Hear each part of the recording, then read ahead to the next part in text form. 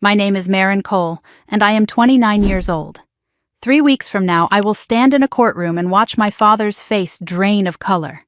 I will watch my mother scream.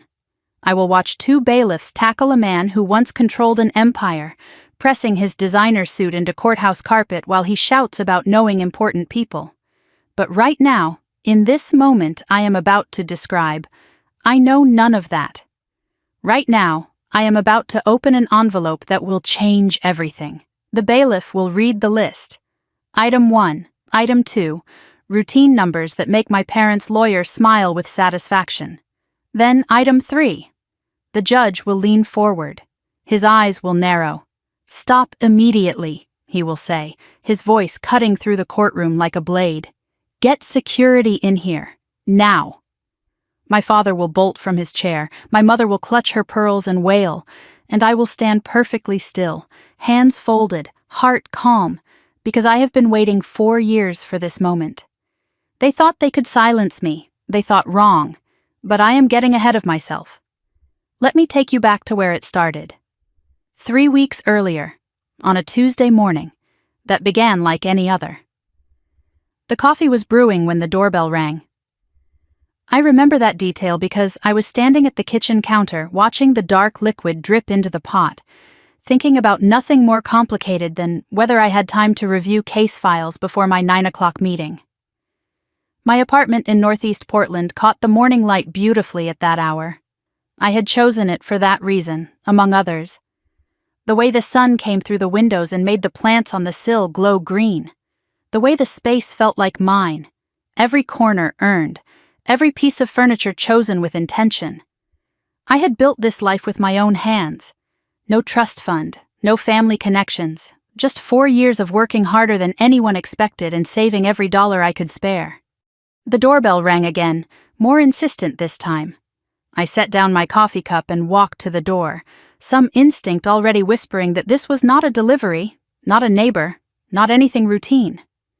The man on the other side wore a dark suit that probably cost more than my monthly grocery budget. He held a manila envelope like it contained something contagious. His eyes met mine, then slid away, settling somewhere around my collarbone. That was when I knew. He asked me to confirm my name, verify my address, sign on the line. His pen was heavy and expensive.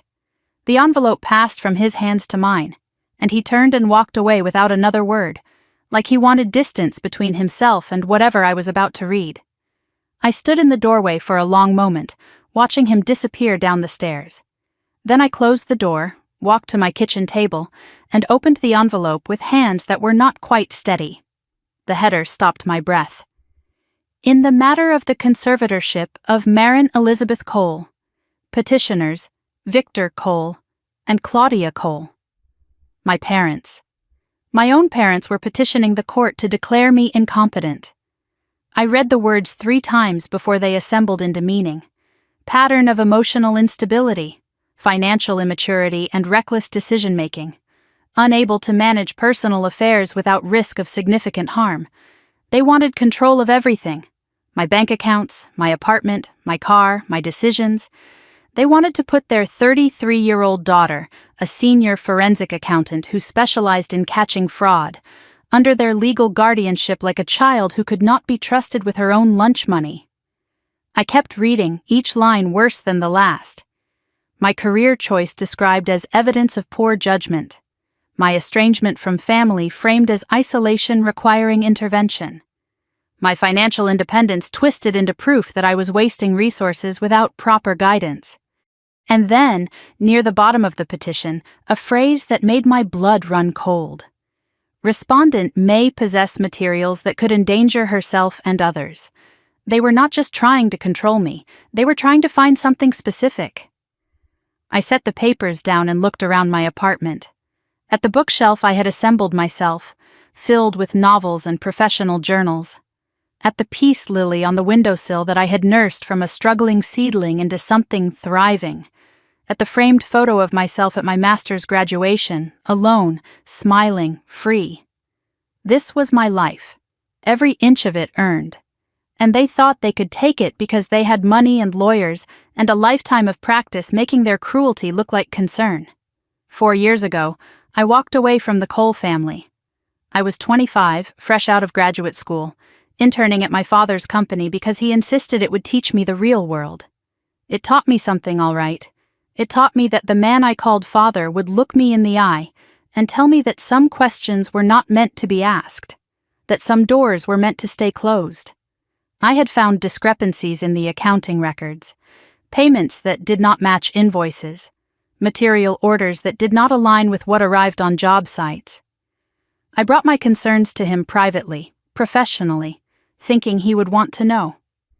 He told me I was seeing problems that did not exist. He told me to focus on learning rather than investigating. And when I pushed, just once, his eyes went flat and cold, and he said, "Your time at this company is finished, Maren. Go find somewhere else to play detective."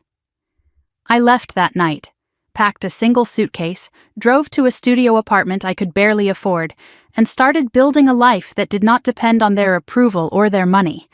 I took nothing from them except the clothes on my back and a hard drive I copied on my last night in the office. I did not know what was on it.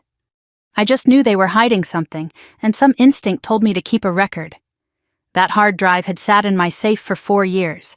I opened it once, 6 months ago, finally ready to face whatever truth it contained. What I found explained everything. It explained why my father wanted me gone. It explained why my questions made him so afraid. And now, holding this petition, it explained why they had finally made their move. They knew I had it. They knew I could destroy them. And they were trying to destroy me first. I set the petition down and stood up. The fear I had expected to feel did not come. Instead, something else rose in its place. Something cold and clear and sharp. I was not the scared girl who ran away 4 years ago.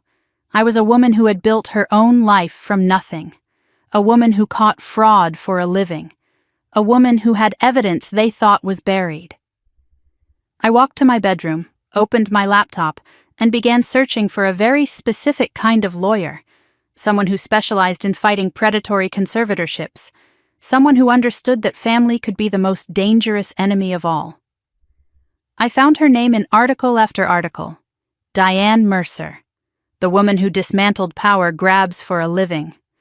I picked up my phone and dialed her number. The line rang twice before someone answered. I did not know it yet, but I had just fired the first shot in a war my parents thought they had already won. The receptionist put me on hold for 30 seconds before a voice came on the line. Calm, measured, professional. Diane Mercer speaking. I explained my situation in 3 sentences, trying to keep my voice steady. Conservatorship petition filed by parents. I am financially stable, professionally successful, mentally sound. And there is more to this story than they want anyone to know. The silence on the other end lasted long enough that I thought the call had dropped. Then Diane spoke again. I have handled cases like this before. The wealthy do not file conservatorships out of love. They file them for control. She scheduled me for an in-person consultation the following morning. Bring everything, she said. Bank statements, tax returns, employment records, anything that proves your competence. Her voice dropped slightly. And, Maren, bring whatever it is they are really after. I froze. How did she know there was something else? In my experience, she continued, these petitions always have a hidden target. See you tomorrow. The line went dead, and I stood in my kitchen holding a phone that suddenly felt heavier than it should. I spent the rest of that day gathering documents, but my mind kept drifting backward. To understand why my parents did this, you need to understand who they are. The Cole family looked perfect from the outside. My father, Victor Cole, built Cole Construction from a small contracting company into one of the largest construction firms in the Pacific Northwest. He was 61 years old, silver-haired, broad-shouldered, with the kind of commanding presence that made people stand straighter when he entered a room. Business magazines called him a visionary. Community leaders called him a philanthropist. His employees called him Sir, never by his first name, and they said it with a fear they tried to disguise as respect. Victor Cole did not raise his voice. He did not need to. Every word he spoke carried the weight of a man who had never been told no and could not imagine why anyone would start now. His love, if you could call it that, was transactional, loyalty purchased, not earned, affection measured in usefulness. He did not have children.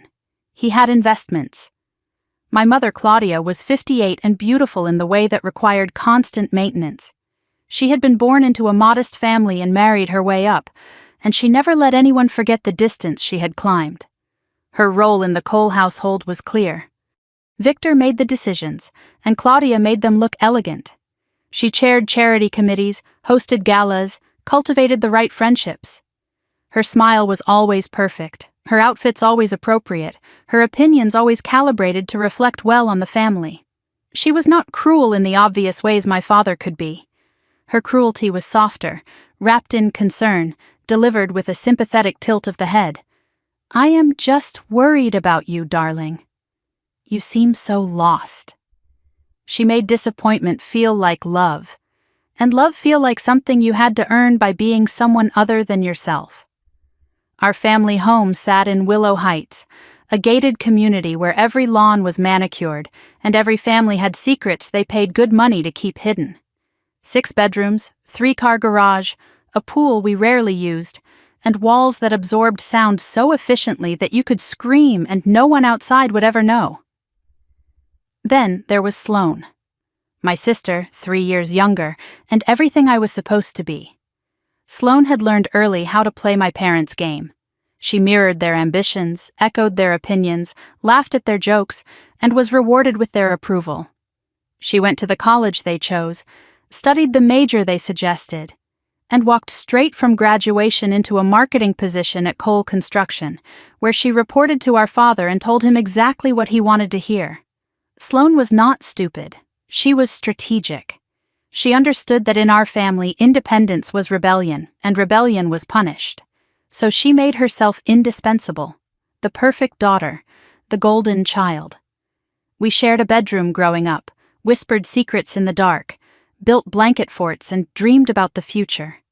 That Sloane felt like a different person now, someone I used to know before our paths diverged so completely that we became strangers wearing the faces of sisters. The last real conversation we had was 4 years ago, the night I left. She stood in my childhood bedroom doorway, watching me pack. "You are making a mistake," she said. "They will never forgive you." I looked at her, at the carefully neutral expression she had learned to wear like armor, and said, "I am not asking for forgiveness." She did not call after I left, not once in 4 years, until now when she had something to gain by reaching out. The breaking point happened when I was 25.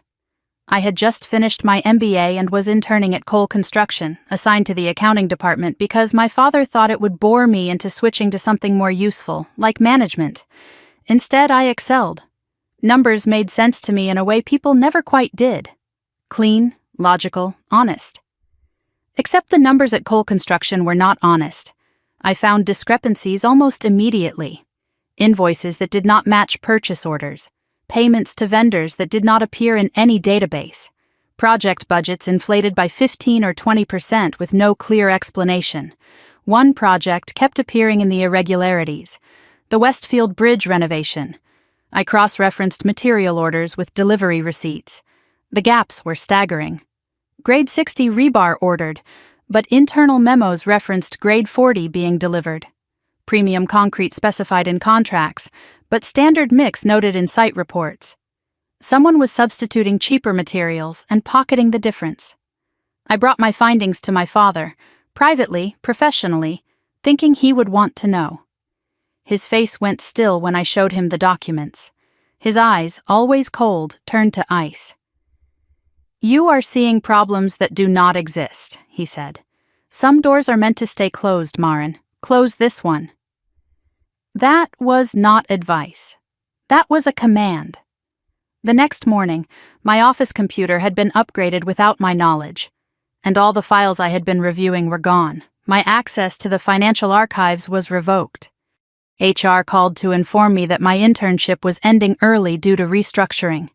That night I stayed late, used credentials that had not yet been deactivated, and copied everything I could find onto an external hard drive. I did not know exactly what I was taking. I just knew that whatever my father was hiding, I needed a record of it.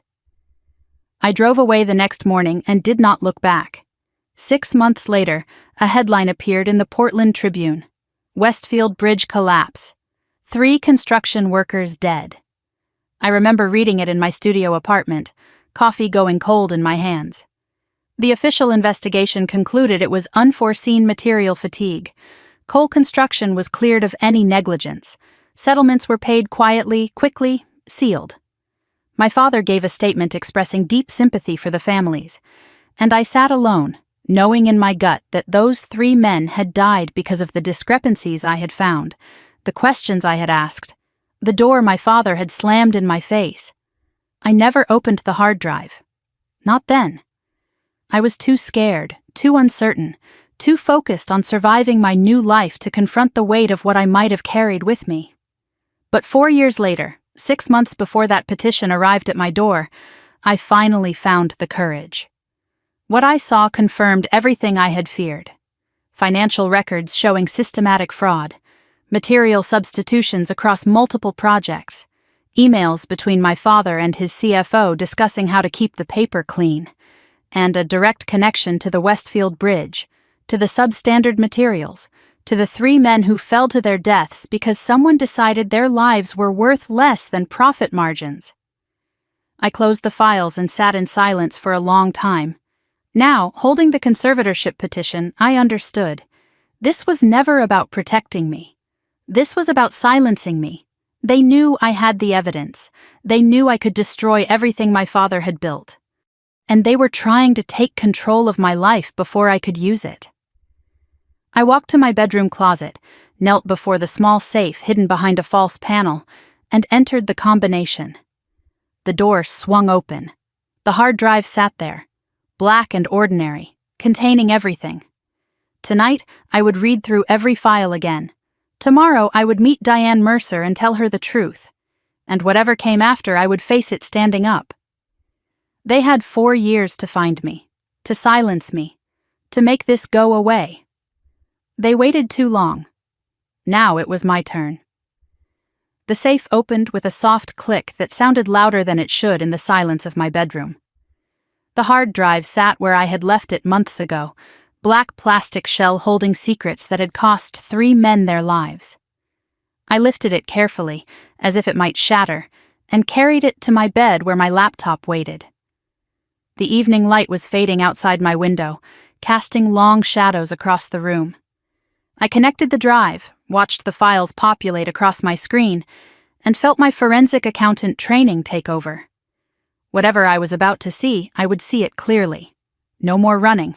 No more pretending I did not know. The folder structure was exactly as I remembered from my brief look 6 months ago.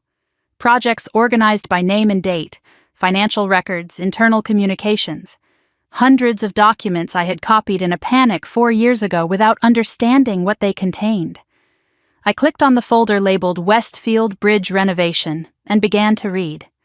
The invoice discrepancies were worse than I remembered. Pacific Steel Supply had billed coal construction for 400 tons of grade 60 rebar, the high-strength steel required for bridge load-bearing structures. Delivery receipts confirmed 400 tons received, but an internal memo from the site manager told a different story. Only 280 tons delivered, it read, remainder substituted with grade 40 per directive. Grade 40 was cheaper, weaker, never intended for the stresses a bridge would face. Someone had ordered the substitution, pocketed the difference, and documented it like it was routine business. I kept scrolling, my stomach tightening with each new file. The original contract with the Portland Department of Transportation specified premium concrete mix for all structural elements, but the internal version had a handwritten note scrawled in the margin. Use standard mix, pocket difference. The handwriting was familiar. I had seen it on birthday cards, on notes left on the kitchen counter, on documents I had filed as an intern. The initials at the bottom confirmed what I already knew. VC Victor Cole. My father had personally authorized cutting corners on a public bridge. The money trail was meticulous, which made sense. My father was nothing if not organized in his corruption. A spreadsheet tracked what he called cost savings across multiple projects. Westfield Bridge showed $847,000 in savings. But nowhere did the client billing reflect reduced costs. The difference had vanished into shell company payments, accounts that existed only on paper. I found emails between my father and Raymond Husk, the company CFO, discussing the arrangements. The subject line was simply, Westfield margins. Keep the paper clean, my father had written. Inspectors see what we show them. Raymond's response was 2 words. Understood. Documentation adjusted. The email was dated 3 months before the bridge collapsed. 3 months before 3 men fell to their deaths because the steel beneath their feet was not strong enough to hold them. I pushed back from my laptop, suddenly unable to breathe. This was not accounting error. This was not miscommunication or oversight. This was deliberate fraud, documented in my father's own words, with full knowledge of the risks. I forced myself to keep reading. A folder labeled Incident Response Confidential contained the internal engineering assessment, completed 2 days after the collapse. The conclusion was damning. Structural failure consistent with material underperformance. The recommendation was even worse. Conduct full material audit across all active projects. But someone had written across the page in red ink, the letters thick and angry. Bury this. The initials were the same. VC. Below the assessment, I found the incident report listing the 3 men who died. Miguel Delgado, 43 years old, structural welder, married with 2 children. Jerome Patterson, 38, safety inspector, single, supported his elderly mother. David Chen, 29, junior engineer, engaged to be married. They were on the bridge section when it gave way. They fell because the steel was not strong enough. They died because my father decided their lives were worth less than $847,000. The external investigation report told a different story, of course. Unforeseen material fatigue, it concluded, with no mention of substituted materials or ignored warnings. The investigating firm, I noticed, was a regular contractor for coal construction. The conflict of interest was obvious to anyone who cared to look. No one had cared to look. The settlement agreements made me sick. $50,000 to each family in exchange for their silence. Non-disclosure agreements that prohibited any public discussion of the accident, any legal action, any contact with media. The families had been pressured, isolated, given weeks to decide. Sign this or get nothing. Your husband is already gone. Your son is already gone. Do you really want to spend years in court fighting a company with unlimited legal resources? They signed. Of course they signed. They were grieving and scared and alone. And my father's lawyers knew exactly how to exploit that. I closed the laptop and sat in the darkness of my bedroom, listening to my own heartbeat. I had evidence of fraud, manslaughter, obstruction of justice. I had proof that my father was a murderer in everything but legal terminology. And I had a petition sitting on my kitchen table trying to take away my right to do anything about it. My phone buzzed, startling me, a new email notification. The sender was an encrypted address I did not recognize, a string of random characters. The subject line made my heart stop. You are not the only one who knows. I opened the message with trembling fingers. The text was brief and precise. I know what you have. I know what coal construction did to Westfield. They buried the truth. They buried the people who asked questions. I was one of those people. I survived. Barely. If you are planning to fight, you will need more than files. Meet me if you want the full picture. Public place. Your choice. It was signed simply, a former believer. I stared at the screen for a long time. Someone else knew. Someone who had been inside the company, who had asked questions, who had survived. The phrase buried the people who asked questions echoed in my mind. How many others had tried to expose this? How many had been silenced? I did not reply. Not yet. First, I needed to meet Diane Mercer. Then I would decide whether to trust this stranger. Her office was downtown, 10th floor of a modern building with glass walls and a view of the Willamette River. Everything about it was different from the wood-paneled, cigar-scented law firms my father frequented. Clean lines, efficient design, no pretense. Diane Mercer rose to greet me when I entered. She was in her early 50s, silver streaks in her dark hair, sharp gray eyes that missed nothing. Her handshake was firm, her expression neutral. She wore a simple black blazer, no jewelry except a practical watch. I liked her immediately. We sat at her conference table, and I presented everything I had brought: bank statements, credit reports, employment records, tax returns.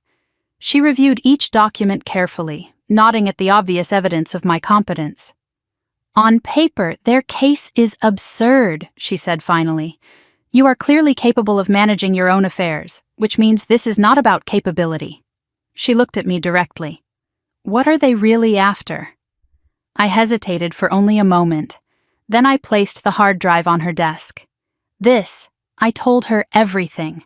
The internship, the discrepancies, my father's warning, my departure, the files I copied, the collapse, the cover-up. She listened without interrupting, her face unreadable. When I finished, she picked up the hard drive and turned it over in her hands, as if weighing its contents.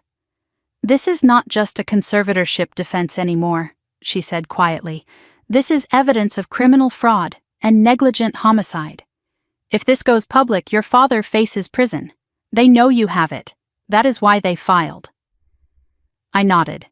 I had reached the same conclusion. Diane set the drive down and met my eyes. "You need to understand what you are holding. This makes you dangerous to very powerful people. They will not just fight you in court, they will fight dirty. Surveillance, intimidation, maybe worse." She paused. "Are you prepared for that?" I thought of Miguel Delgado, Jerome Patterson, David Chen. I thought of their families, silenced with $50,000 and a piece of paper. I thought of my father writing "Bury this" in red ink. "I did not survive 4 years of silence to stay quiet now," I said. "We go to war." Diane nodded slowly, something like respect flickering in her eyes. "Then we need more than files. We need witnesses." I remembered the anonymous email still waiting for a response. I might know where to find one. The black sedan appeared on Tuesday morning. I noticed it as I left my apartment building, walking toward the parking garage across the street. It sat at the corner, engine running, windows tinted so dark I could not see inside. I had never seen it parked there before. I told myself it was nothing, a coincidence, someone waiting to pick up a friend. But something in my gut disagreed, and 4 years of living on guard had taught me to trust that instinct. I kept walking, kept my pace steady, did not look back. The parking garage was dim and cool, my footsteps echoing off concrete walls. I reached my Honda on level 2 and was unlocking the door when I caught movement in my peripheral vision. A shadow near the stairwell, there and then gone. I turned quickly, keys clutched in my fist, heart hammering. Nothing, just empty parking spaces and fluorescent lights buzzing overhead. But the feeling remained, pressing against my skin like humidity before a storm. Someone was watching me. I drove to work with my eyes fixed on the rearview mirror as much as the road ahead. The black sedan pulled out of its parking spot when I did, settling 3 cars behind me. I changed lanes. It changed lanes. I took an unexpected turn onto a side street. The sedan continued straight, disappearing around the corner. Coincidence, I told myself again. But my hands were shaking on the steering wheel, and Diane's warning echoed in my mind. Surveillance, intimidation, maybe worse. They knew I was preparing something. They were letting me know they were watching. The message was clear. Back off, or face consequences. I tightened my grip and kept driving. I had come too far to be frightened into silence now. At work, I struggled to focus. Cases blurred together on my screen, numbers refusing to resolve into meaning. My thoughts kept returning to the anonymous email. Meet me if you want the full picture. The sender could be an ally with crucial information, or a trap set by my father's people. There was only one way to find out. During my lunch break, I stepped outside and called Diane. I explained the situation, the email, the risk, the potential reward. She listened without interrupting. "Public place," she said finally. "Daylight. Tell someone where you are going. If this person is real, they could be the witness we need. If it is a trap, at least you will know how far they are willing to go." I thanked her and ended the call, then opened my email and typed a response before I could second-guess myself. "Tomorrow, 2 in the afternoon, Riverside Coffee on Hawthorne. I will be wearing a gray coat. Come alone. I will too." I hit send and watched the message disappear into the digital void. The reply came within minutes, just 4 words that made my pulse quicken. "I will find you." Whoever this person was, they had been waiting.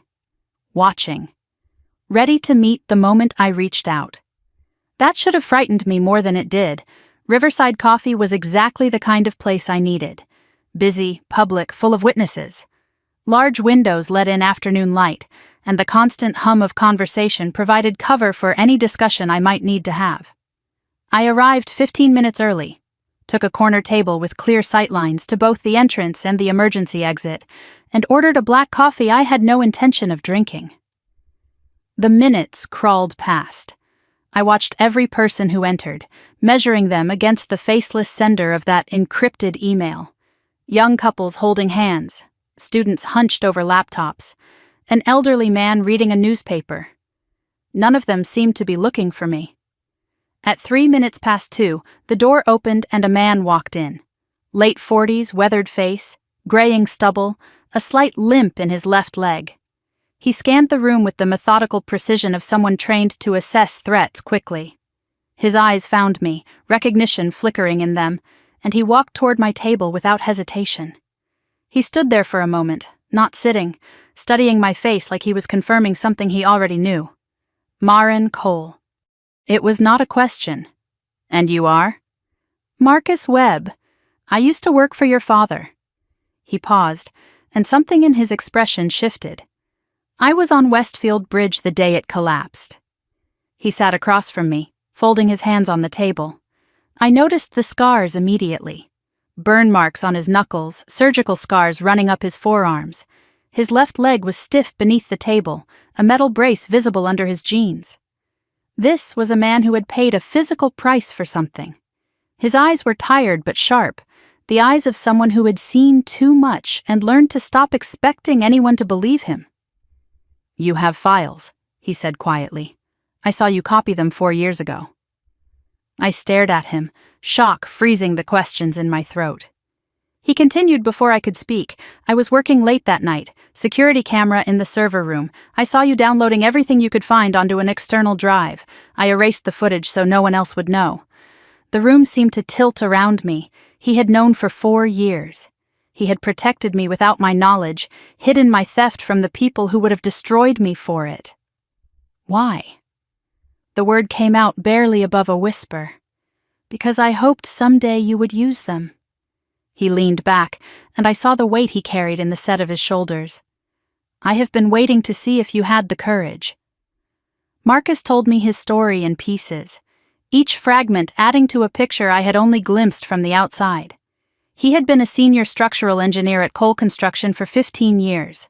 Trusted employee, believed in the work, believed in the company. When he was assigned as lead engineer on the Westfield Bridge renovation, he thought it was recognition of his dedication. Then the materials started arriving. The deliveries did not match the specifications he had approved. Rebar grades were wrong. Concrete mixes were substandard. He reported his concerns to the project manager and was told to stay in his lane. He escalated to Raymond Husk, the CFO, and received the same dismissal wrapped in corporate politeness. He wrote a formal memo documenting every discrepancy, every risk, every potential failure point. The memo disappeared. That was when he understood. This was not oversight or miscommunication. This was policy. Cutting corners was how Cole Construction maintained its profit margins, and anyone who objected was removed. The day of the collapse, Marcus was on the bridge section inspecting welds. He felt the vibration first, a deep wrongness in the steel beneath his feet. He shouted a warning, started running. The section buckled, metal screaming, and he fell 20 feet onto scaffolding below. Broken leg, cracked ribs, burns from sparking cables. He woke up in the hospital 3 days later, and the first thing he saw was the news. Westfield Bridge collapse, 3 workers dead. The 3 men who died were his colleagues, his friends. Miguel Delgado, the best welder he had ever worked with. Jerome Patterson, the safety inspector who actually cared about safety. David Chen, the young engineer who was supposed to get married that summer. They were standing where Marcus had been standing moments before. 5 feet. That was the difference. 5 feet farther from the break point, and Marcus survived while they fell. He carried that distance like a wound that would never heal. While he was still recovering, Cole Construction sent visitors. HR representatives with forms and offers. Full severance, complete medical coverage, pension boost.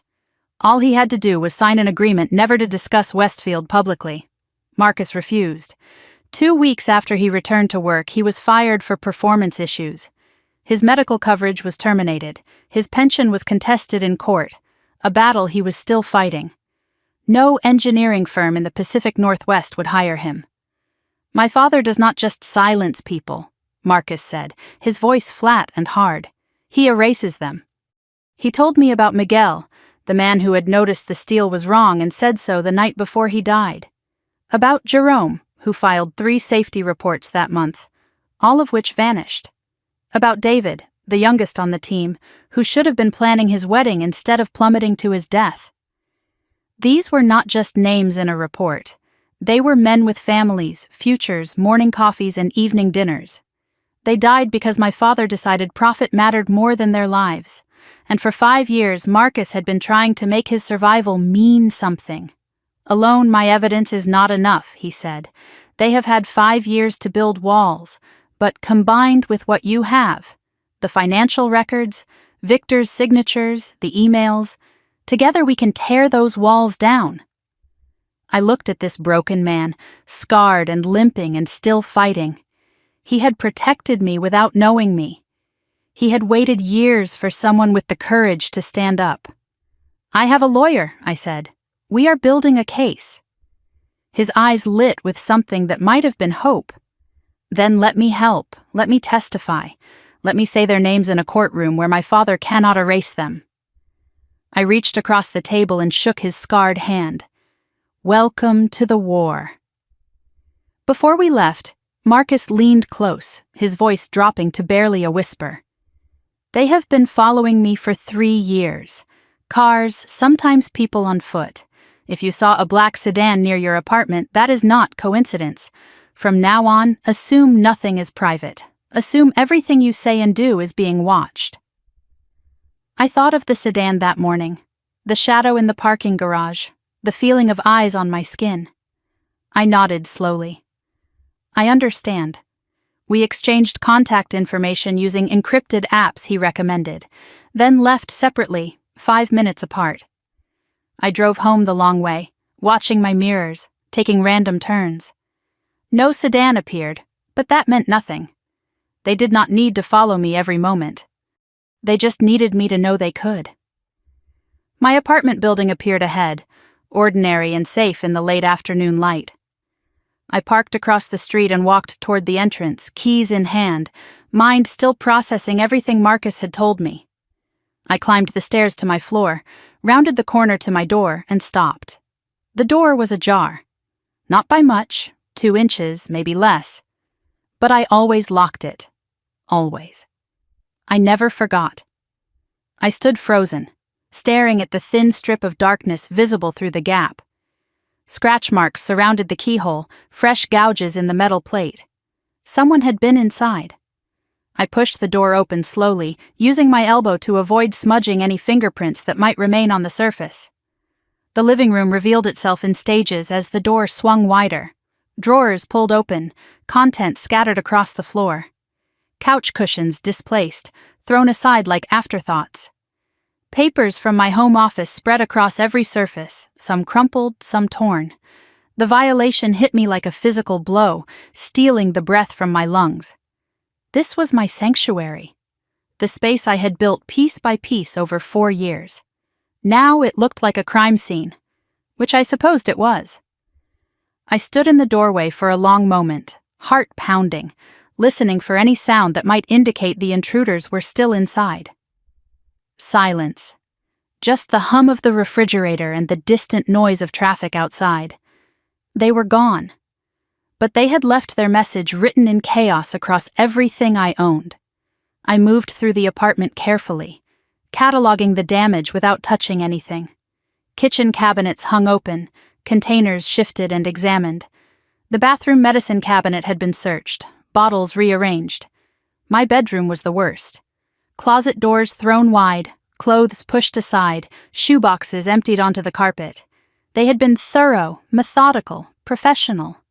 This was not random vandalism or opportunistic theft. They knew what they were looking for. My television still hung on the wall. My laptop sat untouched on the kitchen table. They had not taken electronics or valuables. They had been searching for something specific, and the realization of what that something was made my pulse race even faster. The closet floor, the false panel, the safe. I knelt down, pushing aside scattered clothing, and felt along the baseboard until my fingers found the hidden latch. The panel swung open. The safe sat exactly where I had left it, combination lock untouched, door still sealed. They had not found it. Relief flooded through me, so intense it made me dizzy. They had torn apart my entire apartment, but they had missed the one thing that mattered. I opened the safe with trembling hands and pulled out the hard drive. Still there, still intact. Evidence of my father's crimes, still in my possession. But for how long? They would come back. They would keep looking until they found what they wanted. I needed to move this somewhere safe, somewhere they could not reach. First, though, I needed documentation. I pulled out my phone and dialed 911, my voice steadier than I expected as I reported a break-in at my address. The dispatcher told me an officer would arrive within 30 minutes and instructed me not to touch anything. I sat on my violated couch and waited, the hard drive clutched against my chest like a lifeline. Officer Daniels arrived 27 minutes later. He was professional, sympathetic, thorough in the way police are when they know they probably will not solve a case, but want to do their jobs correctly anyway. He photographed the damage, dusted for fingerprints, documented everything with careful notes. I could not tell him the full truth. I said I was in a legal dispute with family members, which was technically accurate. I mentioned the conservatorship case without explaining the criminal evidence that made me a target. He nodded, asked follow-up questions, jotted down my vague answers without pressing for details I was not willing to share. "Looks professional," he said finally, surveying the systematic chaos. They knew what they were doing, no forced entry on the building itself, which means they either had a key or tailgated someone through the front door. He handed me a case number and a victim services card. "The security cameras in your lobby might have caught something," he added, but his tone suggested he did not expect much. These people knew how to be invisible. After he left, I sat alone in my ransacked apartment, understanding with perfect clarity that the police could not protect me from this. This was family business. It would be handled within the family, one way or another. I called Diane immediately. She listened to my account of the break-in without interrupting, then issued instructions with the calm authority of someone who had seen this before. "Bring the hard drive to my office first thing tomorrow morning. We have a secure safe." She paused. "Make copies tonight. Multiple copies, different locations. If they find one, the others survive." I spent the next 2 hours following her instructions. One copy uploaded to encrypted cloud storage, the password known only to me. One copy transferred to a USB drive that I hid in a compartment under my car's spare tire. The original would go to Diane's office in the morning. I packed an overnight bag with essentials and booked a hotel room downtown, paying cash under a name that was not quite mine. Paranoid, maybe. But Marcus had warned me, and the scratch marks on my door proved he was right. Nothing was private anymore. Everything I said and did was being watched. I texted Marcus from my encrypted app. They searched my place. Evidence is secure. Escalating. His reply came within minutes. Expected. Stay mobile. We meet tomorrow. I checked into the hotel, double-locked the door, and tried to convince my racing mind to let me sleep. The phone rang at 9:47. I stared at the screen, at the name that appeared there, at the contact I had not spoken to in 4 years. Sloane Cole, my sister. My stomach tightened as I answered, holding the phone to my ear without speaking. Sloane's voice poured through, sweet and concerned and perfectly calibrated. "Marin, oh my God, I just heard what happened. Mom told me about the break-in. Are you okay?"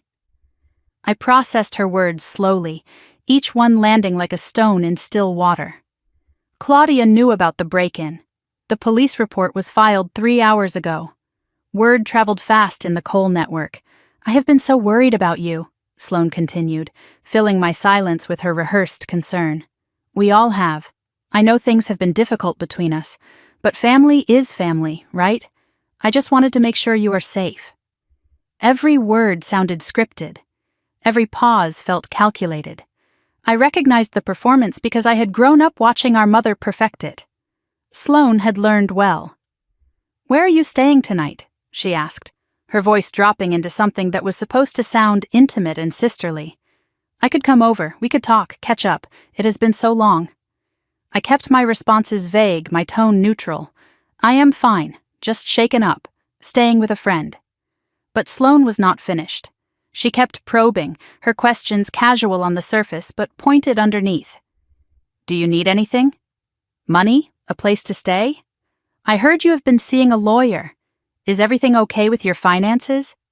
And then, slipped in like a knife between ribs, her real purpose revealed. Did they take anything important? Any old files or work stuff?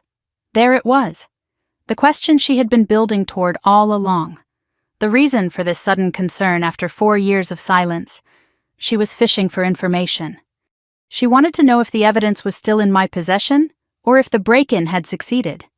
I did not give her the satisfaction. "They took some electronics," I said carefully. "Nothing important." She made sympathetic sounds, but I could hear the frustration beneath them. She had not gotten what she came for. "Well, if you need anything, I am here," she said finally. "We are all here. Maybe we could get coffee sometime. Catch up?" "I miss you, Marin. I really do." The line went dead, and I sat in the anonymous hotel room, the phone still warm in my hand. 4 years of silence. And now this. Not because Sloane missed me. Not because she cared about my well-being. Because our parents had sent her to gather intelligence. The sister I had shared a bedroom with, whispered secrets to, built blanket forts with, was now a weapon aimed at my destruction. I should have felt surprised, but I did not. I should have felt betrayed, but that would require believing she had ever truly been on my side. The Sloane I remembered from childhood was gone, replaced by someone who had chosen inheritance over sisterhood, approval over integrity. She had made her choice 4 years ago when she watched me pack and warned me they would never forgive me. Now she was proving exactly which side she stood on. They had sent my sister to spy on me. They had broken into my home. They had threatened me through lawyers and surveillance and violated sanctuaries. But they had failed to find what they were looking for, and they had failed to frighten me into submission. I opened my laptop and searched a name I had seen in the files. Rosa Delgado, Miguel's widow. Another person silenced by Cole Construction. Another potential witness. I found an address in southeast Portland, a modest neighborhood far from the glass towers where my father made his deals. Tomorrow I would find her. They had sent my sister to spy on me, so I would find the people they had paid to forget. And I would help them remember. The neighborhood changed as we drove deeper into southeast Portland. Trendy coffee shops gave way to auto repair shops, then to small homes with chain-link fences and yards that showed the wear of lives lived paycheck to paycheck. Marcus sat in the passenger seat, quiet, his scarred hands resting on his knees. He knew where we were going. He had been here before, years ago, to attend a funeral for a man who should not have died. Rosa Delgado's house appeared at the end of a quiet street, a small bungalow with peeling paint and a garden that had once been loved but now struggled against neglect. An American flag hung faded on the small porch. This was where $50,000 of silence money ended up. This was the price Cole Construction had paid to bury the truth along with the dead. I parked across the street and sat for a moment, gathering my thoughts. 5 years Rosa had lived here without her husband. 5 years of grief compounded by a piece of paper that told her she could never speak his name in connection with the truth of how he died. "She might not want to talk," Marcus said quietly. "The NDA scared her. They threatened to take back the settlement money if she violated it. For someone with nothing, $50,000 is everything and nothing at the same time." I nodded, understanding. She had signed under duress, grieving and alone, pressured by lawyers who knew exactly how to exploit her vulnerability. But she deserved to know there might be another way. We got out of the car and walked to the gate. Marcus limped beside me, his injuries a silent testament to what Cole Construction had done. The doorbell echoed inside the house, and we waited in the light drizzle that had started to fall. A curtain moved in the front window.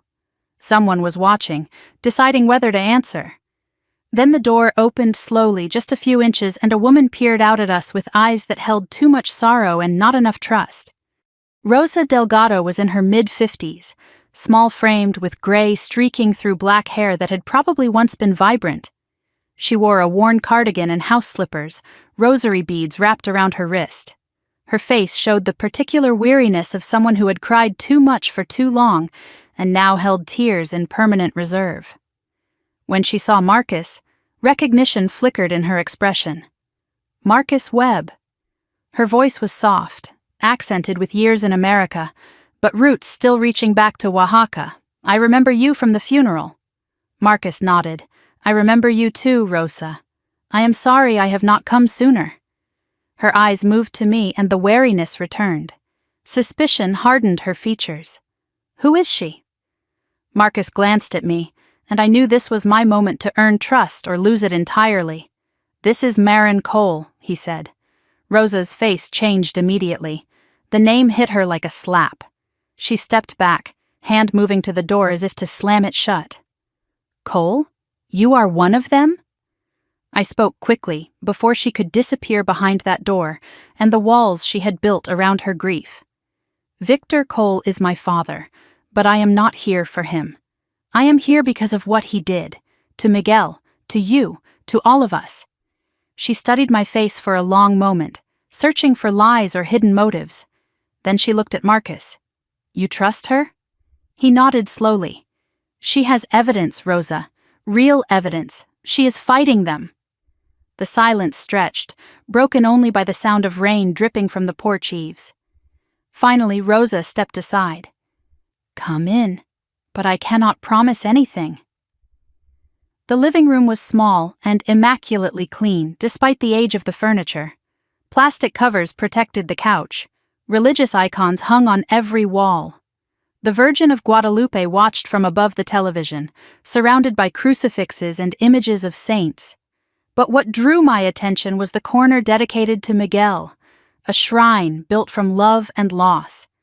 His photograph dominated the space, a large framed image of a man in work clothes, hard hat tucked under his arm, broad smile lighting up his face.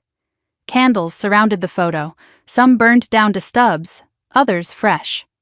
Artificial flowers added color that real ones could not sustain. His wedding ring sat in a small glass box, catching the dim light. A laminated newspaper clipping hung beside the frame. "Westfield Bridge collapse, 3 workers dead." The edges were worn from touching. Other photographs covered nearby shelves. Miguel and Rosa on their wedding day, 30 years younger, full of hope. 2 children, a daughter in a graduation gown, a son in military uniform. Grandchildren, 3 of them, young faces that would never know their grandfather. A family that continued without its patriarch, shaped forever by his absence. "My children do not visit much," Rosa said quietly, following my gaze. "Too painful, they say. My daughter blames me for signing the paper. My son says I should have fought. They do not understand. She sat down in a chair facing the shrine, gesturing for us to take the couch. I had nothing to fight with. I took my seat, acutely aware that I was sitting in a space built entirely around grief. Rosa began speaking without prompting, as if she had been waiting years for someone willing to listen. The day of the collapse, I was home making lunch. A phone call from a number I did not recognize. A voice telling me there had been an accident. I drove to the hospital, but Miguel was already gone. They would not let me see him. They said it was better that way. The funeral was paid for by Cole Construction, a generous gesture, everyone said. Then the lawyers came. 3 of them, expensive suits, sitting right where you are now. They offered $50,000, immediate payment. All I had to do was sign an agreement never to discuss the accident publicly. I asked for time. They said it was a one-time offer. Take it or get nothing. Rosa's hands twisted the rosary beads, fingers moving along the familiar pattern. I had no savings. Miguel was our only income. The mortgage was 3 months behind. His mother needed medical care. The lawyer looked at me and said, "This is your only chance. Your husband is already gone. Do you want to spend years in court, fighting a company with unlimited resources?" I signed on day 3. I needed to bury my husband. I needed to feed my family. Every day since, I wake up and hate myself a little more. They bought my silence for the price of a used car. Miguel deserved better. The truth deserved better. But I was scared and alone, and they knew exactly how to use that against me.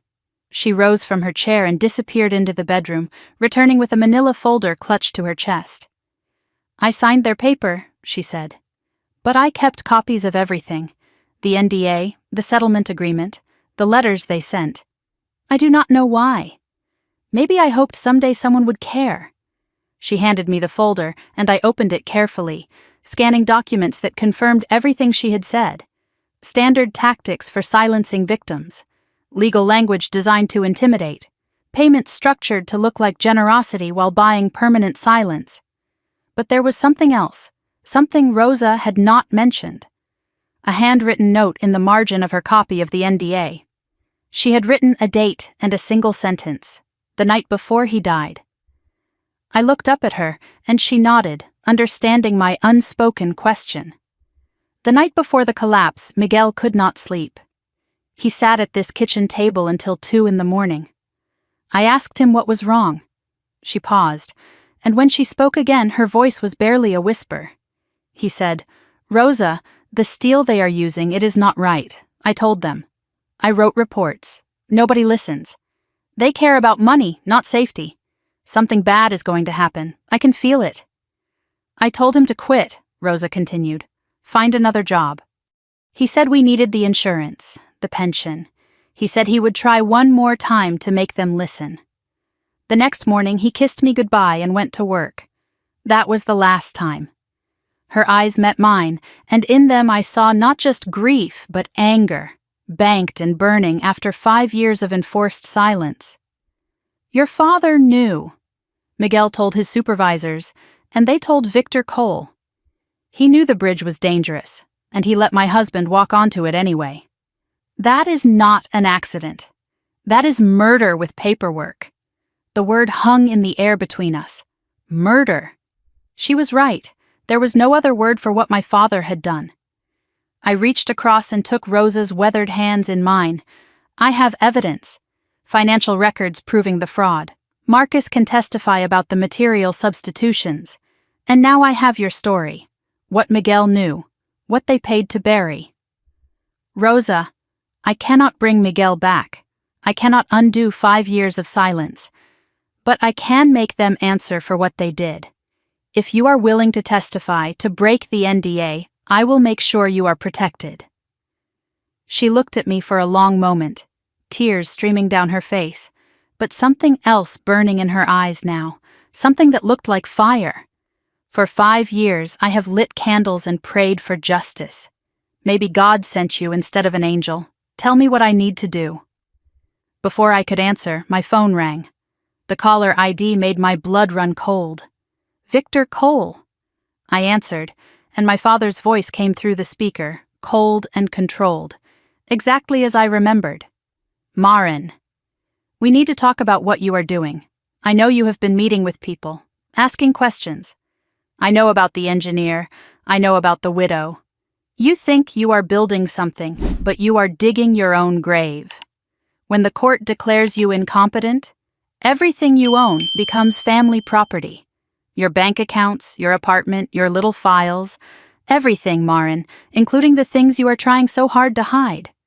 I kept my voice steady, matching his ice with my own. Is that a confession, Father? You just admitted you know about the files. You just admitted this is not about my well-being. Thank you for clarifying your motives. His pause was brief but telling. He had said too much, and he knew it. Do not be clever, Marin. You are not equipped for this. The line went dead. I lowered my phone and looked at Marcus and Rosa. He just confirmed everything. This was never about protecting me. It is about silencing me. Rosa straightened in her chair, wiping her tears with the back of her hand. What will you do? I thought of Miguel, Jerome, and David. I thought of the families paid to forget. I thought of the truth buried under legal documents and threats. What he never expected, I said. I will stop being silent. 1 week before the hearing, Diane's conference table disappeared under stacks of documents, folders, and sticky notes in 3 different colors. The Portland skyline glowed orange through the windows as the sun set, but neither of us had noticed the passing hours. We had been working since early morning, building our case piece by piece, preparing for a battle that would determine not just my freedom, but my father's fate. A whiteboard on the wall displayed our timeline, our witness list, our evidence inventory. Boxes of documents lined the walls, 4 years of preparation compressed into 7 days. Diane sat at the head of the table, reading glasses perched on her nose, a pen moving constantly across legal pads. I sat across from her, laptop open, cross-referencing files and preparing summaries. The work was exhausting and exhilarating in equal measure. Every document we organized was another weapon in our arsenal. Every piece of evidence was another brick in the wall we were building around my father's crimes. We have financial records, engineering testimony, and a victim statement, Diane said, reviewing our progress. The hard drive contents have been authenticated by a forensic computer expert. Your employment history, psychological evaluation, and credit reports all demonstrate clear competence. She looked up at me. On paper, their conservatorship case is laughable. But this was never about paper, I replied. She nodded slowly. No, it was not. And that brings us to the decision you need to make. She stood and walked to the whiteboard, drawing 2 paths with quick, decisive strokes. Path A is defense only, she said, pointing to the first line. We prove you are competent, dismiss the petition, and keep the criminal evidence private. You win the conservatorship case and walk away with your life intact. Your father never faces consequences, but you are free. She pointed to the second line. Path B is full exposure. We submit the evidence to the court record, trigger a criminal investigation, and destroy Cole Construction. You win the conservatorship case and your father goes to prison. But everything becomes public. Your family name, your history, your role in bringing them down. There is no walking away quietly. I stared at the 2 paths, understanding the weight of the choice before me. Path A was safer. I could protect myself, maintain my privacy, rebuild my life without the spotlight of a criminal investigation. But it meant letting my father walk free. It meant Miguel, Jerome, and David would remain accidents in the public record, their deaths unrevenged, their families' silence permanent. It meant Rosa would keep her $50,000 and her shame, and Marcus would keep fighting alone. Path B was war. Total, public, irreversible war. If I chose this path, I would destroy my family completely. My father would face prison. My mother would face ruin. My name would appear in headlines, in court documents, in the historical record of corporate crime. There would be no going back to anonymity, no pretending the Cole family was anything other than what we were. But justice would be served. The truth would be told. and the dead would finally have their names spoken by someone other than the people who loved them. I did not survive 4 years of silence to win quietly, I said. Rosa lost her husband. Marcus lost his career and his health. 3 men lost their lives. If I choose safety now, I am no different from everyone else who looked away. Diane nodded, something like approval flickering in her eyes. Then we build a case so airtight they cannot spin their way out. She began outlining our witness strategy.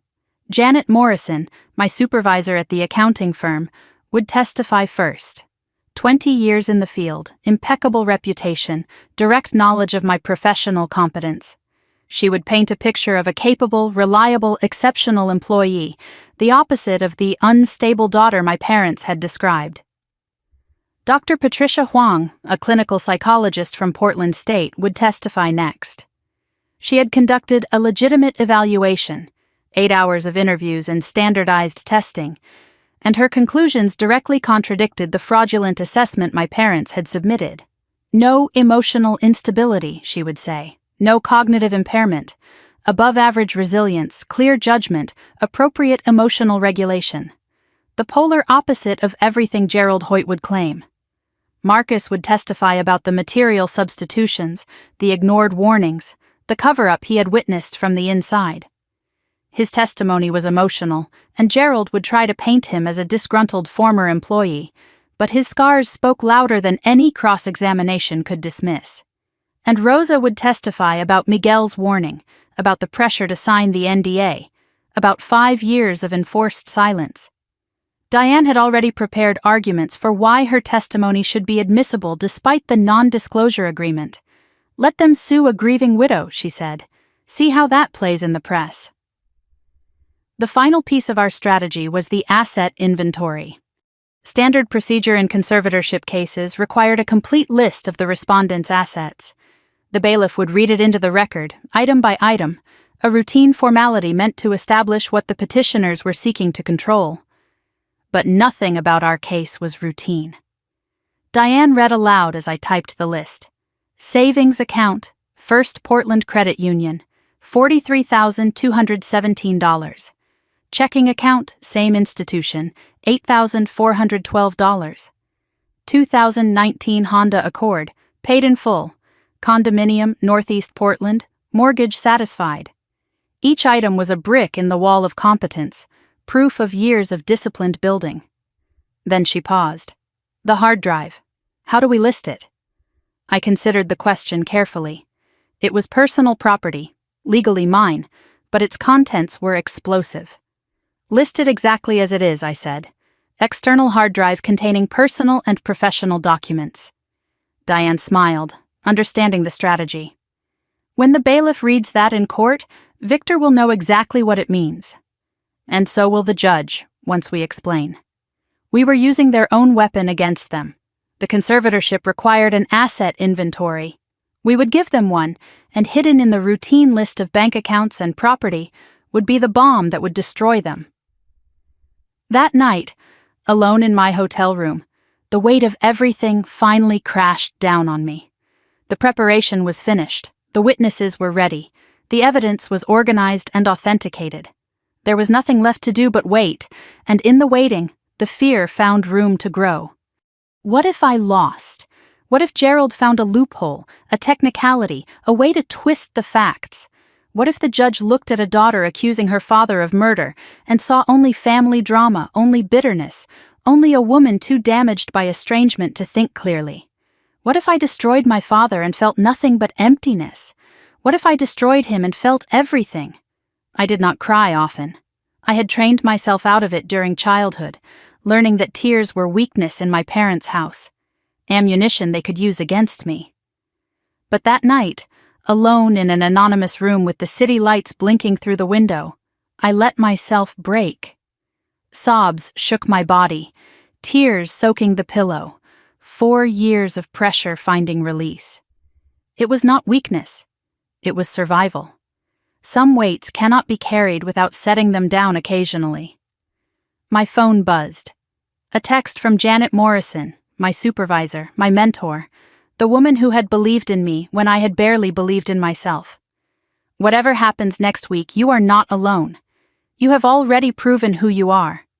The courtroom is just paperwork. Get some sleep. You have earned it. I read the message 3 times, letting the words sink in. She was right. I had built a career, a home, a life. No judge could take that away. No ruling could erase what I had accomplished. The courtroom was just the final step in a journey that had started 4 years ago when I walked out of my father's house with nothing but a suitcase and a dream of freedom. I wiped my eyes and took a deep breath. Tomorrow, I would prepare. Next week, I would fight. Tonight, I would rest. The next evening, I returned to my apartment for the first time since the break-in. New locks had been installed, a security camera mounted above the door. The space still felt violated, but it was mine, and I needed to reclaim it before the hearing. I was reading case notes in my living room when the doorbell rang at 9:47. I checked the security camera feed on my phone and froze. Sloane stood outside my door. Alone, no car visible, face tear-streaked, mascara running. She hugged herself against the cold, looking smaller than I had ever seen her. Every instinct told me not to open that door. This was the woman who had called to fish for information, who had asked about my files with fake casual concern, who had chosen our parents over me 4 years ago and every day since. But something was different tonight. The performance was gone. The calculated sweetness, the rehearsed worry, all of it stripped away. What remained looked like genuine collapse. I opened the door but did not step aside. "What do you want, Sloane?" She looked up at me with red-rimmed eyes. "I know I do not deserve to be here. I know what I have done. But I cannot do it anymore, Marin. I cannot keep lying for them." She reached into her pocket and pulled out a USB drive. "There is something you need to know. About the case. About what they are planning. They are going to destroy you in that courtroom. And I know exactly how." She paused, her voice dropping to a whisper. "But I also know how to stop them." I studied her face, searching for the trap, the angle, the hidden motive. But all I saw was a woman who had finally reached her limit. "Come inside," I said. "Tell me everything." Sloane stepped into my apartment like she was entering a church, hesitant and reverent and uncertain whether she belonged. I closed the door behind her but kept my distance, arms crossed, body positioned between her and the rest of my home. 4 years of silence stood between us like furniture we had to navigate around. She remained in the entryway, dripping slightly from the rain outside, mascara still streaking her cheeks. Neither of us moved toward the kitchen or the couch. This was not a reunion. This was an interrogation. "You have 5 minutes," I said, my voice flat. 5 minutes to explain why I should not throw you out." Sloane flinched but did not argue. "I deserve that. I deserve worse. But please just listen. Then you can decide." I gestured toward the kitchen table, the same table where I had read the conservatorship petition, where my life had fractured and begun reassembling into something stronger. We sat facing each other. No coffee offered, no pretense of hospitality. The USB drive lay between us like a grenade with the pin half pulled. "You think you were the only one trapped in that house?" Sloane began, her voice trembling. "You got out." "I never did." I said nothing, waiting for her to continue. The praise, the rewards, the favoritism, you saw it from the outside and thought I had it easy. But they did not love me more, Marin. They owned me more. She described a life I had never considered. Every achievement monitored and directed. Every relationship vetted and approved. College major chosen by Victor before she finished high school. Career path determined before she knew what she wanted. Boyfriends screened for suitable backgrounds and dismissed if they failed to meet standards. "You were the rebel," she said. "I was the investment. And investments do not get to have opinions. They get to perform." Sloane had performed. Marketing manager at Cole Construction, a title that looked impressive but carried an invisible second role. "I report to Dad every week," she admitted. "Not about work, about people. Who is asking questions, who seems unhappy, who might be disloyal? I have helped him destroy careers. People who did nothing wrong except notice things they should not have noticed. She paused, her eyes meeting mine. I told myself I had no choice. But I did. I was just too scared to take it.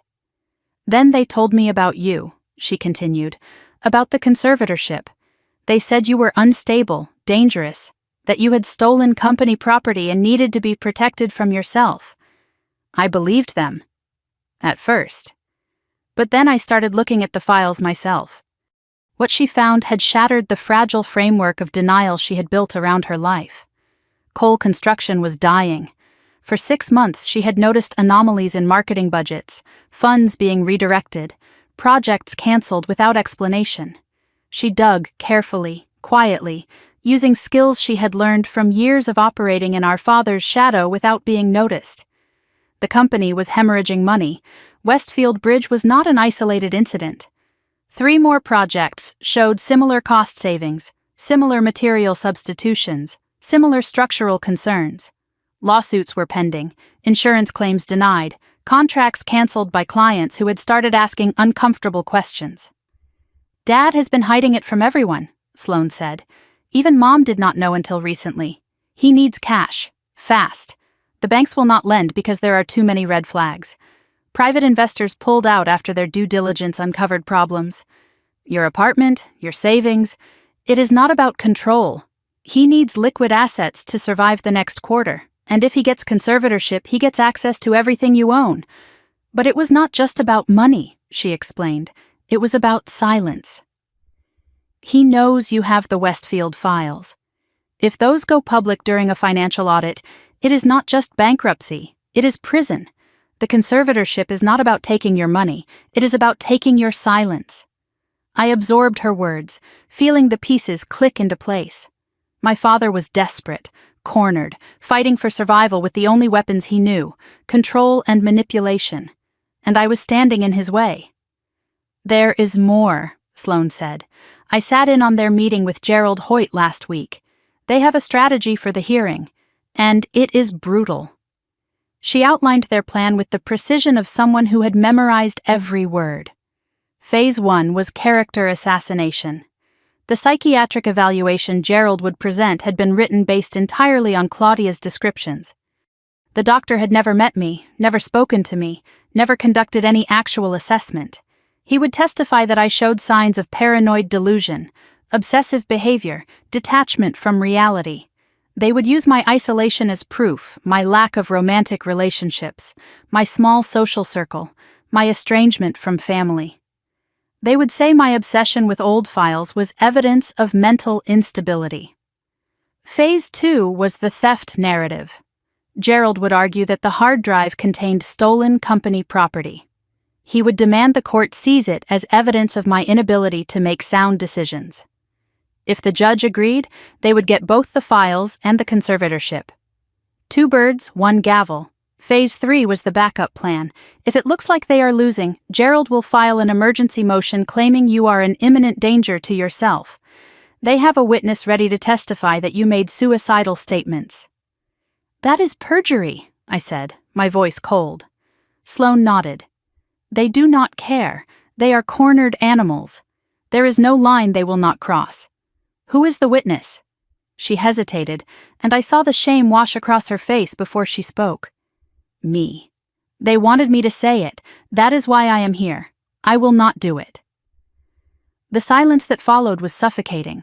My sister, my own sister, had been prepared to lie under oath, to claim I was suicidal, to help them lock me away and seize everything I had built.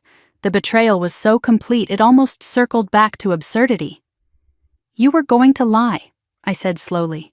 Say I wanted to kill myself, to help them destroy me. Sloane's tears were flowing freely now. I was terrified. Dad said if I did not cooperate, he would cut me off completely. I would lose everything, the job, the house they helped me buy, the inheritance. What? I interrupted. He would disown you, cut you off? Welcome to my life, Sloane. 4 years ago. She broke then, really broke, in a way I had never seen her break before. I know, I know what I am. I have spent 26 years being their puppet. I do not know who I am without their approval." She looked at me with eyes that held no performance, no calculation, only raw and desperate honesty. "But I know who I do not want to be anymore. Someone who destroys her own sister to keep a seat at a table that was never really mine." She reached into her pocket and placed the USB drive on the table between us. "This is everything." Emails between Dad and Gerald. The financial records showing the company collapse, the witness list, their whole strategy. I copied it last night. They do not know. I stared at the small device, understanding what it represented. This was not just evidence. This was Sloane burning every bridge she had, choosing exile over complicity. I took the drive and inserted it into my laptop. Files populated the screen, emails, PDFs, scanned documents. It was all there, exactly as she described. The psychiatric evaluation based on Claudia's descriptions, the emergency motion draft ready to file, the list of witnesses prepared to lie. "If you are lying to me," I said slowly, still scrolling through files, "I will destroy you along with them." Sloane nodded. "I am not lying. Then prove it. Testify. In court. Against Mom and Dad. Tell the judge exactly what you told me tonight." Her face went pale. "They will never forgive me. I will lose everything.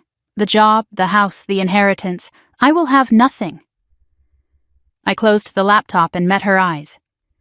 "You will have something they can never give you. You will have yourself." I left 4 years ago with a suitcase and a dream of being free. It was the hardest thing I ever did. And the best. You are stronger than you think, Sloane. You just never had to find out. The silence stretched between us. But it was different now. Not the silence of strangers or enemies, but the silence of two people standing at a crossroads, deciding which path to take together. I reached across the table and took her hand. "I cannot promise it will not hurt, but I can promise you will not be alone." Sloane broke again, but this time I held on. We sat in my kitchen, the kitchen of the apartment I had built from nothing, and let 4 years of walls crumble between us. The sister I thought I had lost was still there, buried under layers of fear and performance, waiting for permission to emerge. We talked until 2 a.m, filling in the gaps of our separate lives, untangling the web of manipulation our parents had woven around us both. Sloane could not go home. Our parents would know immediately that something had changed, that their carefully controlled daughter had slipped her leash. She would stay at a safe location Diane could arrange until the hearing. Tomorrow she would give a formal witness statement. The day after she would prepare with our legal team. 1 week. Then we would face them together. I walked Sloane to the spare bedroom, the room I had never had a guest to fill. At the door she turned back. "I am sorry. For everything." I looked at my sister, at the woman who had been as much a victim of our parents as I had, just in different ways. "Do not be sorry," I said. "Be ready. Because when that bailiff reads my asset list, Dad is going to realize he lost both his daughters. And that is when the real collapse begins." The morning of the hearing arrived gray and cold. Portland wrapped in the kind of low clouds that made everything feel compressed and urgent. I woke at 5, though sleep had been a stranger most of the night.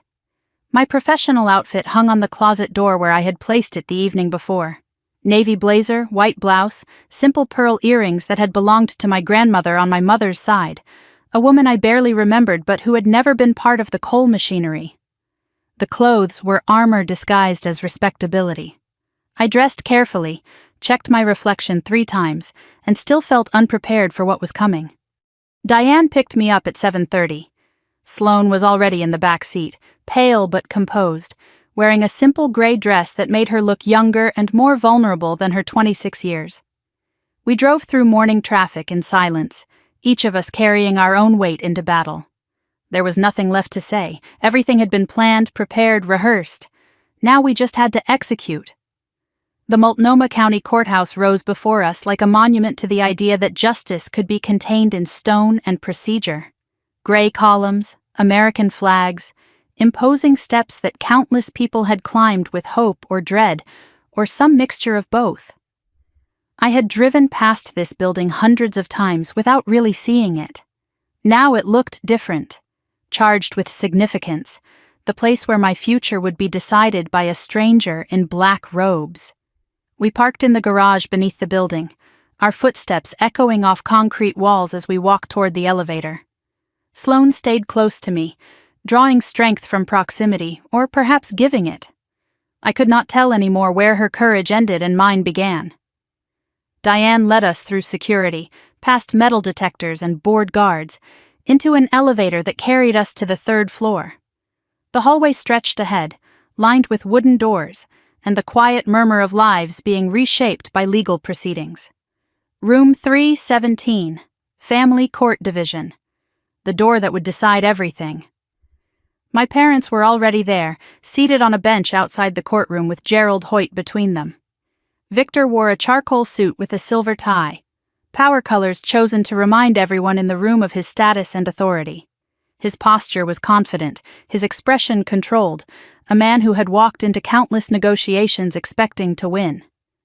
Claudia sat beside him in a cream-colored dress, pearls at her throat, the picture of maternal elegance. Her eyes were already slightly red, preparation for the performance she would give on the witness stand. Gerald shuffled papers with the satisfied air of a lawyer who believed his victory was inevitable. They looked up as we approached, and I watched the recognition register across their faces in slow motion. Victor's eyes found me first, his prepared sneer already forming. Then his gaze moved past me to the figure at my back, and everything changed. The color drained from his face. The confident posture cracked. For one perfect moment I saw my father completely unprepared, stripped of his armor by the simple presence of his younger daughter standing beside me instead of behind him. "Sloane, what are you doing here?" His voice was low, dangerous, but I heard the tremor beneath the authority. Claudia clutched his arm, her performance forgotten in genuine confusion.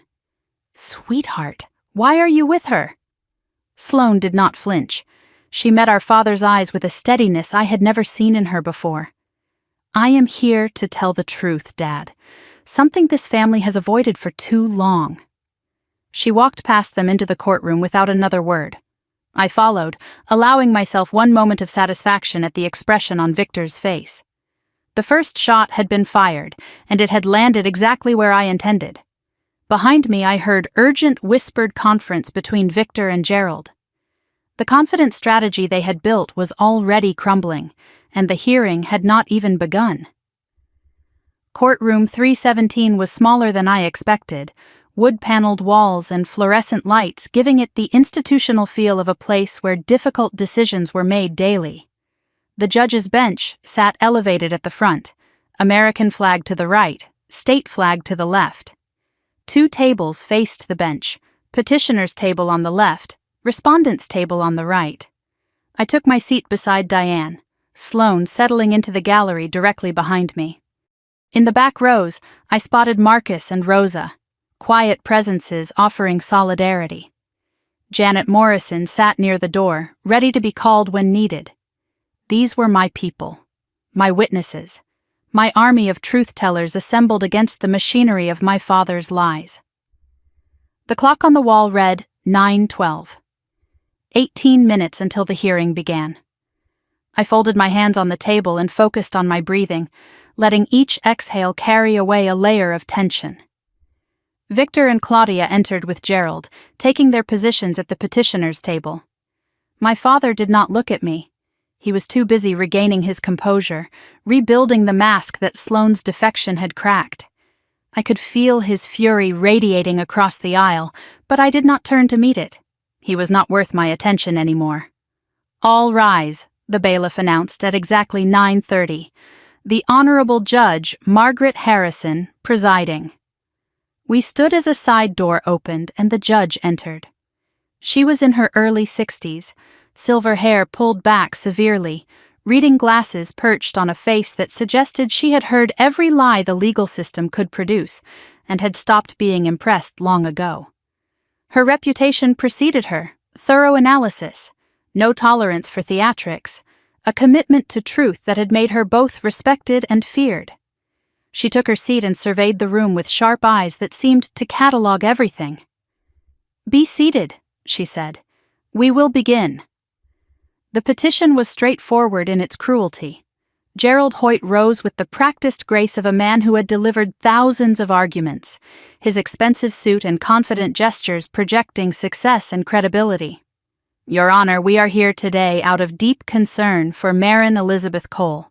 He painted a picture of a troubled young woman, emotionally unstable, professionally stagnant, isolated from her loving family for reasons no one could understand.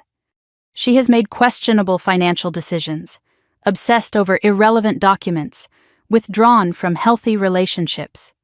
Her behavior patterns suggest an individual unable to properly manage her own affairs. The exhibits came next, each one a weapon forged from half-truths and fabrications. The psychiatric evaluation, written by a doctor who had never met me, concluded I showed signs of paranoid delusion and obsessive fixation. The financial analysis, conveniently ignoring my paid-off apartment and substantial savings, suggested poor judgment. Witness statements from former neighbors described me as withdrawn and strange, cherry-picked observations stripped of context. Gerald requested full conservatorship, his voice heavy with false concern.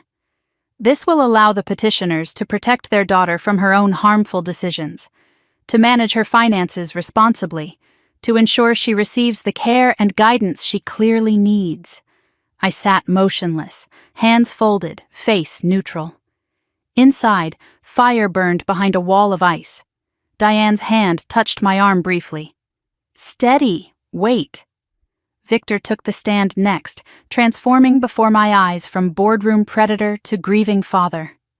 He slouched slightly, furrowed his brow, produced heavy sighs at appropriate moments. "We were close once," he said, his voice cracking with practiced emotion. "She was a bright child, full of promise. Then something changed. She became secretive, distant. She rejected every opportunity we tried to give her. We watched her spiral, helpless to intervene." He described my departure as a breakdown, claimed I had stolen company property, alleged erratic behavior and concerning statements that had never occurred. "She accused us of terrible things," he said, shaking his head sorrowfully. "Things that had no basis in reality. We tried to get her help. She refused." The emotional peak arrived precisely on cue. His voice cracked, his eyes glistened with manufactured tears. "I am not here as a CEO or a businessman," he declared. "I am here as a father who is terrified for his daughter, who has watched her refuse help for 4 years, who cannot stand by anymore while she destroys herself."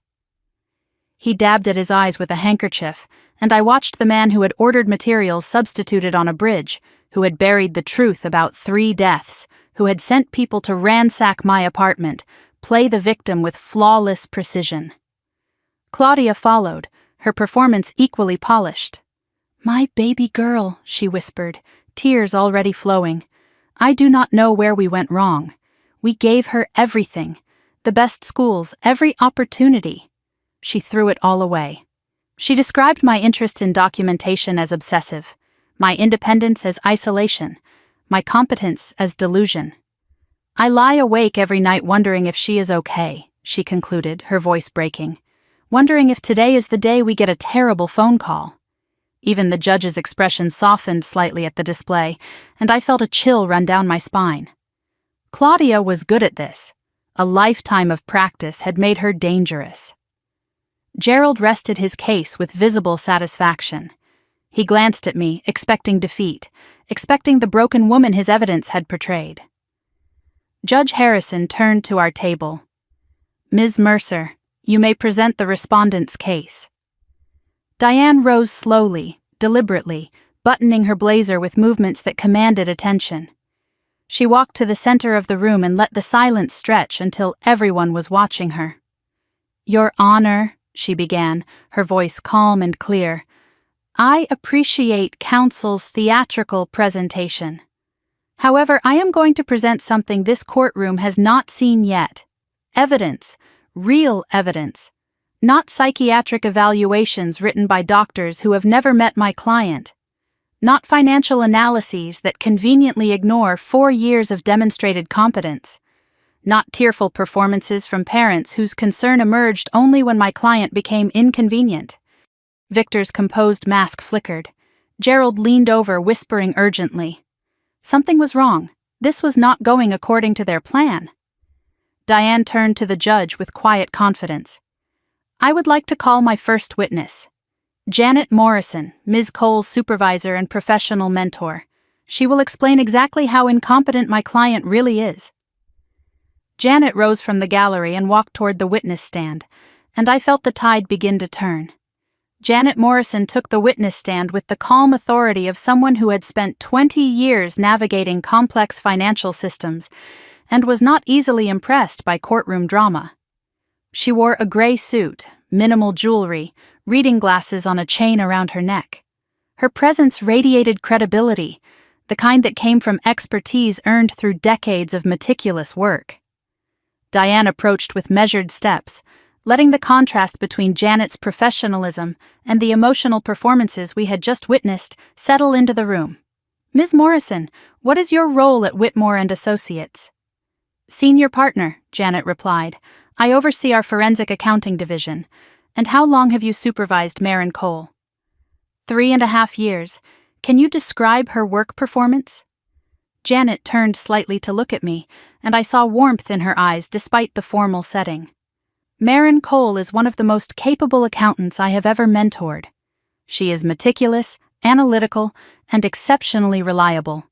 In 3 years, she has never missed a deadline, never made a significant error. She has been promoted twice. I recommended her for senior associate last month, and the partners approved unanimously." Diane let the words settle before continuing.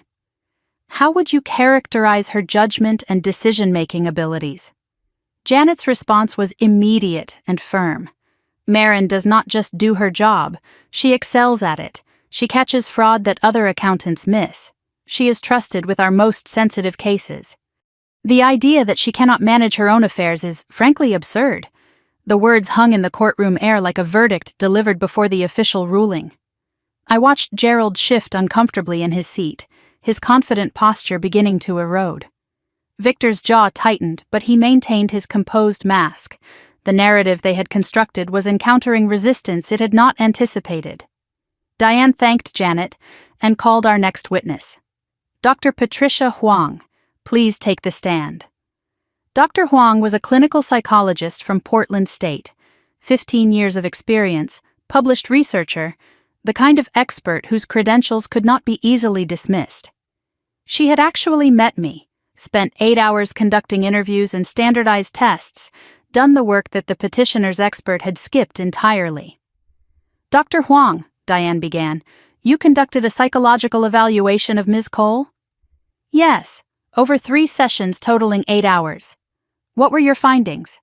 Dr. Huang opened her notes, though she barely glanced at them. Her conclusions were clearly memorized, the product of thorough professional work. "Ms. Cole shows no signs of emotional instability, no cognitive impairment, no personality disorders. Her scores indicate above-average intelligence, strong executive function. She demonstrates healthy coping mechanisms, clear judgment, appropriate emotional regulation. In fact, her resilience scores are remarkable given her family history." Diane nodded.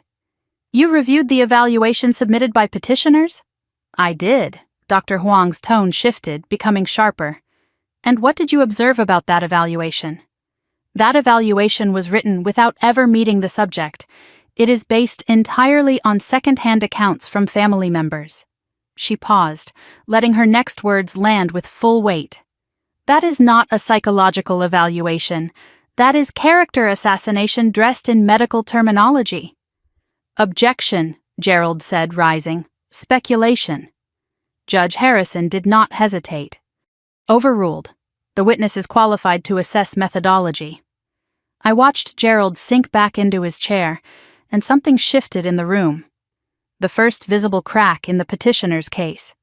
Dr. Huang concluded with words that dismantled everything my parents had tried to build. In my professional opinion, there is no psychological basis for conservatorship.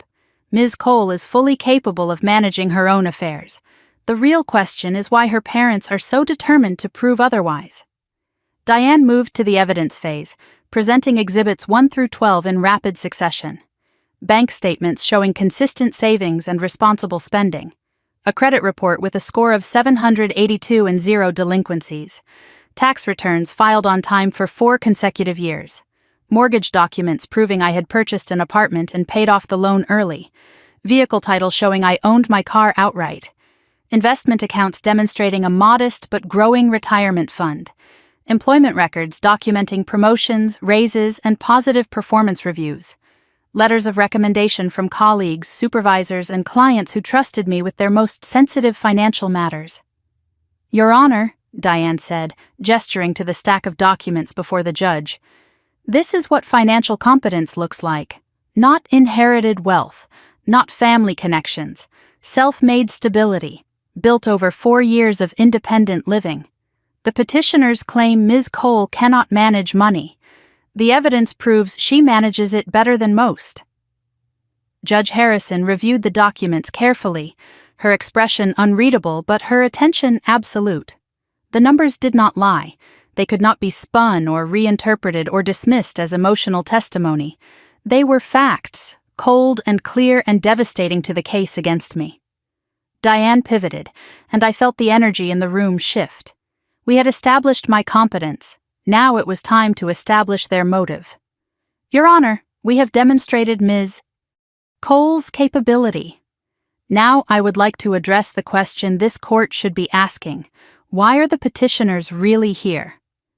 "Objection," Gerald said, though his voice lacked its earlier confidence. "Relevance."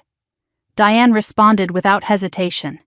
"Your Honor, motive is central to evaluating the petition's legitimacy." Judge Harrison considered for a moment. "I will allow it. Proceed." Diane turned to face the gallery, her voice carrying to every corner of the room. "Why would loving parents file a conservatorship against a competent adult? Why now, after 4 years of estrangement? Why hire expensive lawyers for a daughter they claim to be worried about? Why not simply reach out, attempt reconciliation, have a conversation? I submit that this petition has nothing to do with Ms. Cole's well-being. It has everything to do with what Ms. Cole possesses, something the petitioners desperately want to control, something they cannot obtain any other way." Victor leaned forward and whispered urgently to Gerald. I could see the panic beginning to spread behind his controlled expression. He knew where this was going. He knew what was coming. "To demonstrate," Diane continued, "I would like to request a complete reading of the respondent's asset inventory. Standard procedure in conservatorship cases, but in this case, particularly illuminating." Judge Harrison nodded. "Bailiff, please read the respondent's asset inventory into the record." The bailiff stepped forward, a middle-aged man in formal uniform with a neutral expression and no stake in the outcome. He took the folder from the clerk and opened it, clearing his throat. Victor stood suddenly, his control finally cracking. "Your Honor, is this necessary? The inventory is just routine documentation." Judge Harrison's voice cut through his interruption like a blade. "Sit down, Mr. Cole. You are not counsel. And yes, it is necessary. Bailiff, proceed." The bailiff began reading, his voice flat and official. "Asset inventory for Marin Elizabeth Cole. Item 1. Savings account, First Portland Credit Union. Balance, $43,217. Normal. Expected." Gerald relaxed slightly, perhaps thinking the worst was over. Item 2. Checking account, First Portland Credit Union. Balance, $8,412. Still normal. Victor's breathing steadied. The bailiff turned the page. I saw him frown slightly, reading ahead, his expression shifting from neutral to uncertain. He looked up at the judge, then back at the document. Item 3. His voice had changed, carrying a note of hesitation now. External hard drive, Western Digital, 2 terabytes. Contents, financial records, internal communications, and project documentation. Source, Cole Construction, dated 2019 through 2021. The silence that followed was absolute, suffocating, the kind of silence that precedes earthquakes or explosions. I sat perfectly still, hands folded, watching my father's face transform. The color drained from his skin. His eyes went wide with recognition and fear. Gerald froze, his confident expression collapsing into confusion. "That is stolen property," Victor shouted, bolting upright from his chair. He pointed at me, his finger trembling with rage. "She stole confidential company documents. This is a setup. Your Honor, she is trying to—" Gerald grabbed his arm. "Victor, stop talking, now!" But Victor was beyond counsel, beyond strategy, beyond the careful control that had defined his entire life. 30 years of power were crumbling around him, and he could not accept it. "I built that company from nothing. I will not let her destroy it with lies." Judge Harrison's gavel struck the bench with a sharp crack. "Mr. Cole, you will be silent or you will be removed. This is a courtroom, not a boardroom." Victor forced himself back into his chair, but he was trembling now, his mask completely shattered. Claudia had gone pale beside him, clutching her pearls like a lifeline. Judge Harrison removed her reading glasses and leaned forward. "Ms. Mercer, explain the significance of this item." Diane stepped forward, her voice measured and clear. "Your Honor, that hard drive contains evidence. Evidence of financial fraud committed by Cole Construction. Evidence of material substitutions on the Westfield Bridge project. Evidence that directly connects to the deaths of 3 construction workers 5 years ago." The gallery stirred with murmurs. I heard Rosa's quiet sob from the back of the room, Marcus's voice murmuring comfort. The dead were finally about to have their voice. Judge Harrison's expression transformed. She was no longer hearing a conservatorship case. She was staring at something much larger, much darker, much more consequential. "Ms. Mercer, are you telling me this proceeding involves potential criminal evidence?" "Yes, Your Honor." Diane's voice carried the weight of 4 years of silence finally breaking. "And I believe the petitioners filed this conservatorship specifically to seize and destroy it." The judge's eyes moved slowly to my father, and I watched her see him differently now. Not as a concerned parent, not as a pillar of the community, but as a man who had used the legal system to cover his crimes. "Mr. Cole," she said, her voice cold and heavy with authority, "I think you have some explaining to do. Everyone will remain seated." Judge Harrison's voice cut through the courtroom like a blade forged from ice. "Bailiff, secure the doors. No one leaves this courtroom." The bailiff moved immediately, positioning himself at the main entrance while a second officer took position near the side door. The click of locks engaging echoed through the sudden silence. This was no longer a conservatorship hearing. The atmosphere had transformed completely, charged with the electricity of something much larger unfolding. Victor sat rigid in his chair, Gerald whispering urgently in his ear, but my father's eyes were fixed on me with a hatred so pure it felt almost physical. I met his gaze without flinching. I had waited 4 years for this moment. I could wait a few more minutes. Judge Harrison turned to Diane, her expression sharp and focused. "Ms. Mercer, I want to understand exactly what we are dealing with. You are alleging this hard drive contains evidence of criminal activity?" "Yes, Your Honor," Diane replied. "Financial fraud, material substitutions on a public infrastructure project, and evidence connecting those substitutions to structural failure. A structural failure that killed 3 men." The weight of those words settled over the courtroom like a funeral shroud. Judge Harrison removed her reading glasses and set them down with deliberate care. She looked at my father with new eyes, seeing not a concerned parent but a potential criminal who had tried to manipulate her court. "Mr. Cole, I strongly advise you to remain silent until you have criminal counsel present." But Victor could not remain silent. Control was his oxygen, and he was suffocating. "This is outrageous," he erupted, rising from his chair. "That drive was stolen from my company. My daughter broke into our offices and copied proprietary information. She is the criminal here, not me." Gerald grabbed his arm, desperation plain on his face. "Victor, stop talking, now." But 30 years of power had made my father incapable of accepting that his words could be used against him. He had never faced consequences. He could not imagine they applied to him. "I built that company from nothing," he continued, his voice rising. "I will not let her destroy it with lies." Judge Harrison's warning came sharp and cold. "Mr. Cole, I warned you to remain silent. Every word you say is being recorded. If you cannot control yourself, I will have you restrained." For a moment, I thought he might listen. Then he pointed at me, his finger trembling with rage, and sealed his own fate. "She does not understand business. She never did.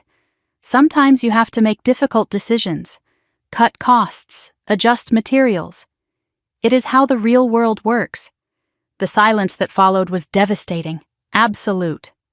My father had just admitted to material substitution in open court. Gerald's head dropped into his hands, 20 years of corporate law watching a client confess to the very crimes he was being accused of covering up. "Your Honor," Gerald managed, his voice hollow, "I need a moment to confer with my client." Judge Harrison's response was immediate. "Too late for that, counselor." Diane seized the moment with the precision of a surgeon. "Your Honor, since Mr. Cole has opened this door, I would like to present the complete picture. The hard drive contains internal emails, financial records, and engineering memos, all authenticated by a forensic computer expert." She walked the judge through the evidence with methodical clarity. Cole Construction was contracted for the Westfield Bridge renovation in 2019. Contract specified grade 60 rebar and premium concrete mix. Internal records show grade 40 rebar was substituted, standard concrete used. The cost difference, $847,000, was pocketed. But the bridge was not built to handle the loads it was designed for. When the bridge section collapsed, killing 3 workers, Cole Construction controlled the investigation. The investigating firm was a regular contractor for Mr. Cole. Families were pressured into signing non-disclosure agreements for $50,000 each. The deaths were ruled unforeseen material fatigue. The real cause, criminal negligence, was buried. Diane paused, letting the magnitude of what she was describing fill the room. Then she spoke the names that had haunted me for 4 years. Miguel Delgado, 43 years old, husband, father of 2, Jerome Patterson. 38, supported his elderly mother. David Chen, 29, was engaged to be married. From the back of the courtroom, I heard Rosa's quiet sob. Marcus put his arm around her shoulders, both of them finally seen, finally heard. The dead were no longer statistics or settlements. They were men with names, with families, with futures that had been stolen. Judge Harrison had heard enough. I have heard enough. This court is not equipped to adjudicate criminal matters. But I am obligated to preserve evidence and report suspected crimes. She picked up the phone on her bench and dialed an internal number. "This is Judge Harrison, courtroom 317. I need courthouse security and a representative from the district attorney's office. Immediately. We have a potential criminal matter requiring detention and evidence preservation." Victor finally understood. This was real. This was happening. His eyes darted to the main door, blocked by the bailiff. To the side door, blocked by another officer. To Claudia, frozen and useless beside him. To Sloane, sitting in the gallery behind me, refusing to meet his gaze. And finally to me, standing calm and still, watching his empire collapse around him. Something broke in him then. 30 years of control, of calculated moves, of never facing consequences, all of it shattered in a single moment of animal panic. He bolted from his chair and ran for the side door, pure instinct overriding any remaining rational thought. The bailiff intercepted him before he made it 3 steps, tackling him against the wall with practiced efficiency. "Get off me." Victor's voice had lost all authority, all composure. "Do you know who I am?" The second bailiff assisted, and together they forced my father to the floor. I watched as handcuffs were produced and applied, silver metal clicking around wrists that had signed death warrants disguised as cost savings. "Victor Cole," the bailiff announced, his voice flat and procedural.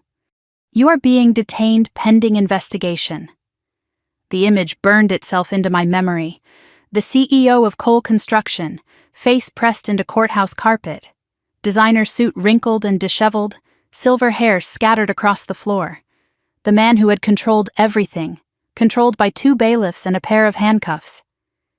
I had expected to feel triumph. I felt something much more complicated. Relief and grief and emptiness all tangled together. This was my father. This was the monster who had tried to steal my freedom. Both things were true, and neither canceled the other out. Judge Harrison restored order with practiced authority, directing officers to seat Victor in a corner under guard, while a representative from the district attorney's office arrived. Evidence was officially logged. Chain of custody established.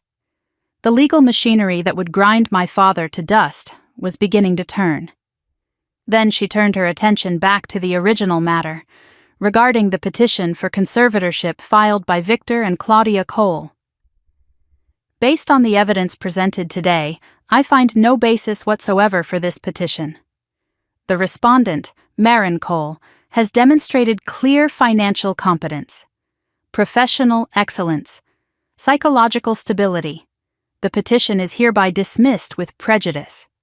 Furthermore, I am referring this matter for investigation of potential filing abuse. The petitioners appear to have weaponized conservatorship proceedings for personal gain. This court does not tolerate such manipulation of legal protections. Mr. and Mrs. Cole will bear all court costs and respondents' legal fees. The words washed over me like warm water. Dismissed with prejudice. They could never file again. 4 years of fear, 4 weeks of battle, 4 days of testimony, all resolved in one sentence. I was free. Legally, officially, permanently free. Claudia had sat frozen throughout Victor's arrest, her performance forgotten in the face of genuine catastrophe. Now, as reality penetrated her shock, she began to shake. The perfect composure cracked like dropped porcelain. "This cannot be happening," she whispered, her voice rising toward hysteria. "This cannot be happening." Her makeup smeared as tears flowed freely. She looked at Victor in handcuffs and saw her future dissolving. The house, the country club, the charity galas, the carefully constructed life she had built on foundations of silence and complicity. All of it crumbling. She turned to me, and her grief transformed into rage. "You did this," she screamed. "You destroyed our family. We gave you everything, and this is how you repay us? You ungrateful, selfish..." Sloane rose from the gallery and positioned herself between Claudia and me, a physical barrier declaring her allegiance. "No, Mother, you destroyed this family. Marin just refused to help you hide it anymore." Claudia stared at both her daughters, the betrayal complete, and collapsed into her chair, sobbing. From the back of the courtroom, a quiet voice cut through the chaos. "Your Honor?" Everyone turned. Rosa Delgado stood in the gallery, small and dignified in her simple dress, rosary beads wrapped around her wrist. The room fell silent. "Yes, ma'am," Judge Harrison's voice had softened. "My name is Rosa Delgado. My husband Miguel was one of the workers who died. I signed a paper 5 years ago saying I would never speak about it. But I am speaking now." She stepped forward, her voice growing stronger with each word. "They told me it was an accident. They gave me money to be quiet. But my husband knew. He told me the night before. The steal was not right. He died because someone wanted to save money. And I have been silent for 5 years because I was scared and alone." She looked directly at Victor, slumped in his corner with officers on either side. "I am not scared anymore. Judge Harrison's response was gentle but official. "Mrs. Delgado, thank you for your courage. Your statement will be included in the record. And I will personally ensure the district attorney's office hears your husband's name." Rosa nodded, tears streaming but standing tall. Marcus helped her back to her seat, and I saw something I had never expected to see. Two people who had been erased, finally visible. Two voices that had been silenced, finally heard. The dead were being spoken for at last. Court officers led Victor away for processing, his expensive suit wrinkled, his authority stripped, his future measured in years behind bars.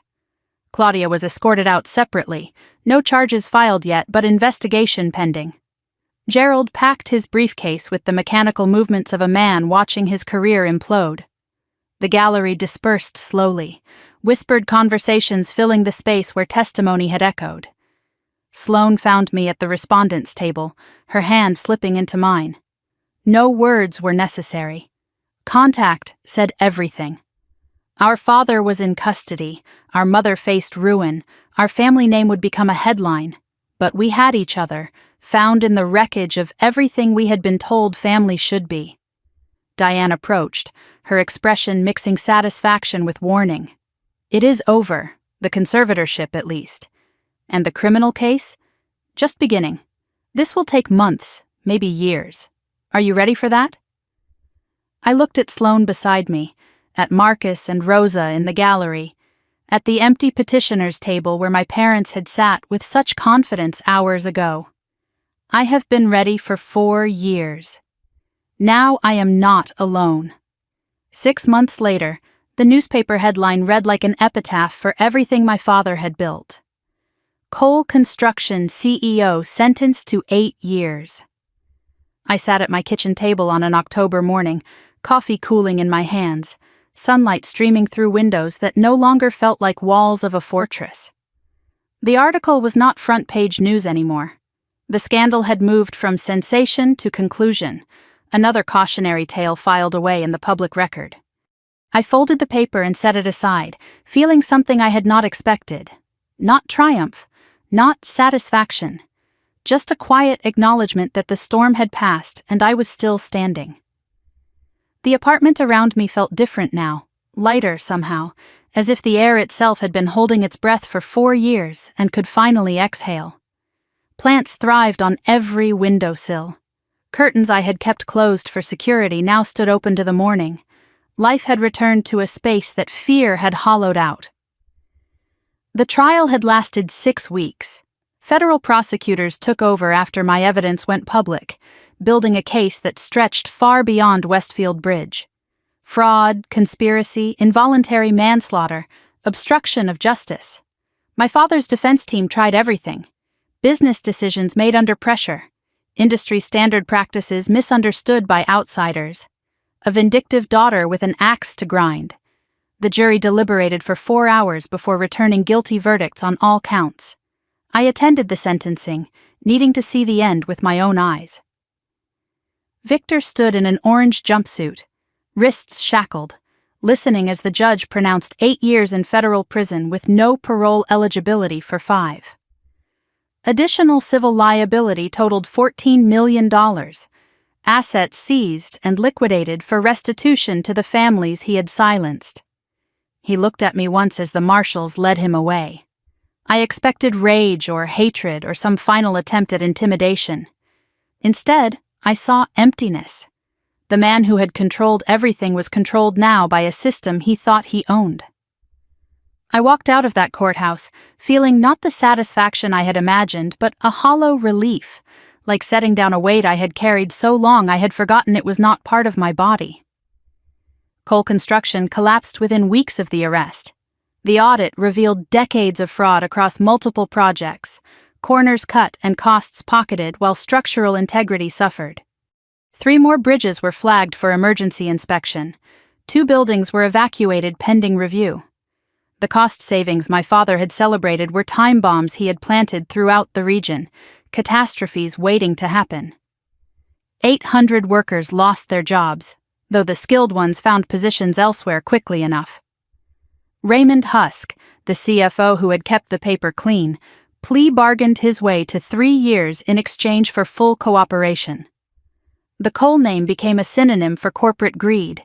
Case studies written, documentaries planned, a legacy transformed from pillar of the community to warning for business schools. I still carried that name, but it meant something different now. Not a burden of association, but a reminder of what happens when power operates without accountability. Rosa Delgado received $2.3 million from the civil settlement. I visited her last month at her new house, a small place in a quiet neighborhood. Nothing extravagant, but owned free and clear. Her garden was blooming, grandchildren playing in the yard, life continuing in a space that no longer felt defined by grief. Miguel's shrine remained in the corner of her living room, but it was surrounded now by evidence of ongoing life rather than frozen loss. She took my hands when I arrived and held them for a long moment without speaking. "You gave us more than money," she finally said. "You gave us truth. You gave Miguel his name back. He is not accident victim anymore. He is a man who tried to do right. That is worth more than any settlement."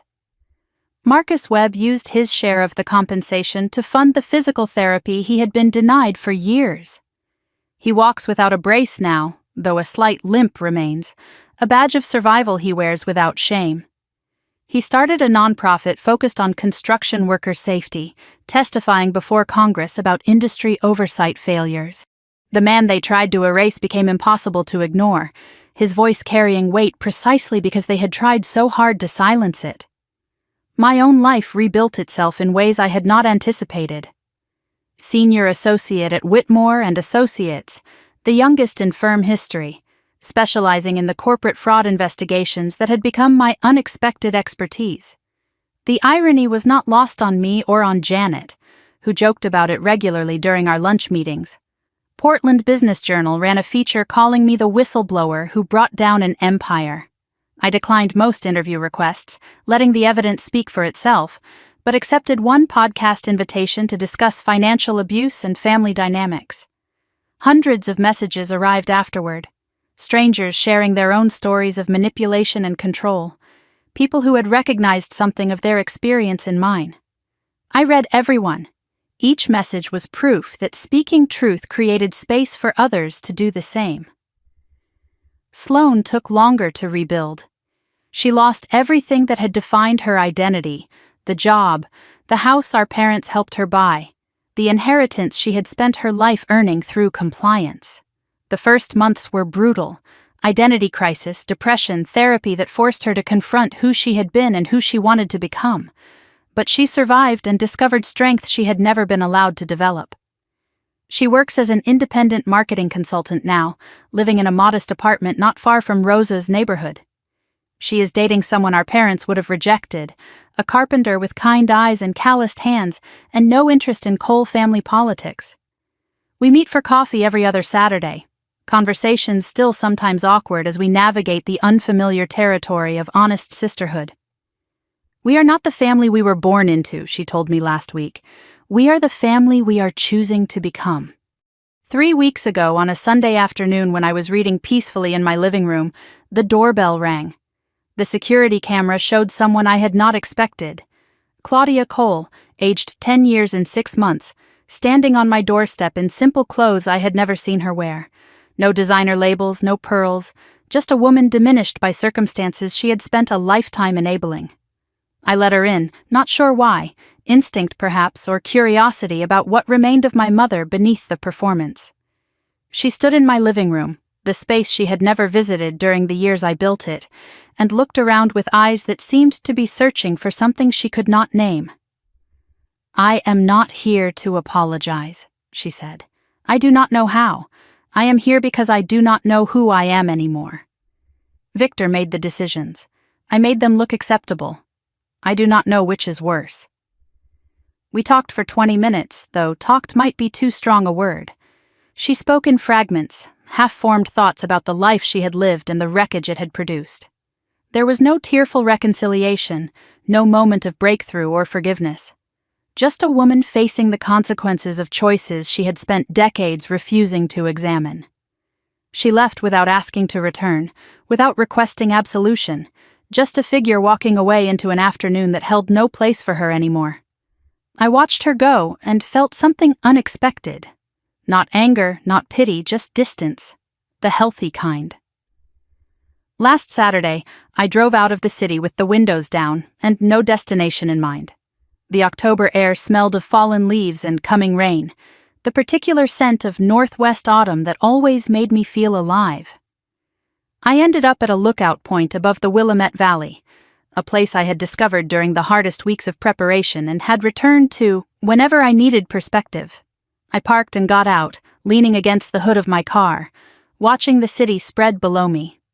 4 years ago, I left my father's house with a suitcase and a hard drive and a desperate hope that I could build something of my own. Now I stood here with a career, a home, a sister, a future.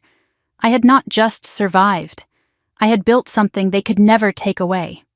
People ask me if I feel vindicated, if watching my father go to prison brought the satisfaction I had imagined during all those years of silence. The answer is complicated. Revenge implies I did this to hurt them. I did not. I did this because the truth deserved to exist. Because Miguel and Jerome and David deserved to have their names spoken in courtrooms instead of whispered in settlements. Because Rosa deserved to stop hiding. Because Marcus deserved to be heard. Because I deserved to stop running from the family that was supposed to protect me. Victory is not watching your enemies fall. Victory is standing in the sunlight after the storm passes. It is building a life they said you could not have. It is knowing your worth was never determined by people who refused to see you clearly. If you are watching this, maybe you know what it feels like. To be dismissed, underestimated, told you are not capable of managing your own life. Maybe it is family, maybe it is a workplace. Maybe it is a relationship where someone decided they knew your value better than you did. Here is what I learned. Your worth is not determined by people who underestimate you. Your strength is not measured by the battles they force you to fight. It is measured by the peace you build when you finally win your freedom. Sometimes the sweetest revenge is not revenge at all. It is a life lived well, quietly, on your own unshakable terms. If this story resonated with you, if you have ever had to fight to be seen for who you truly are, I would love to hear about it.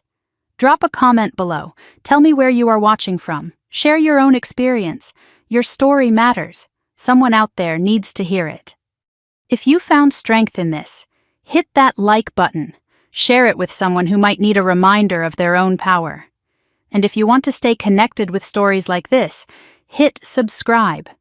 We are building a community of people who refuse to let others define their worth. And together, we are stronger. Thank you for watching. Remember, the most important list is not the one a bailiff reads in a courtroom. It is the one you write for yourself. The list of everything you are and everything you are capable of becoming. Go write it. This story is fictionalized for dramatic effect.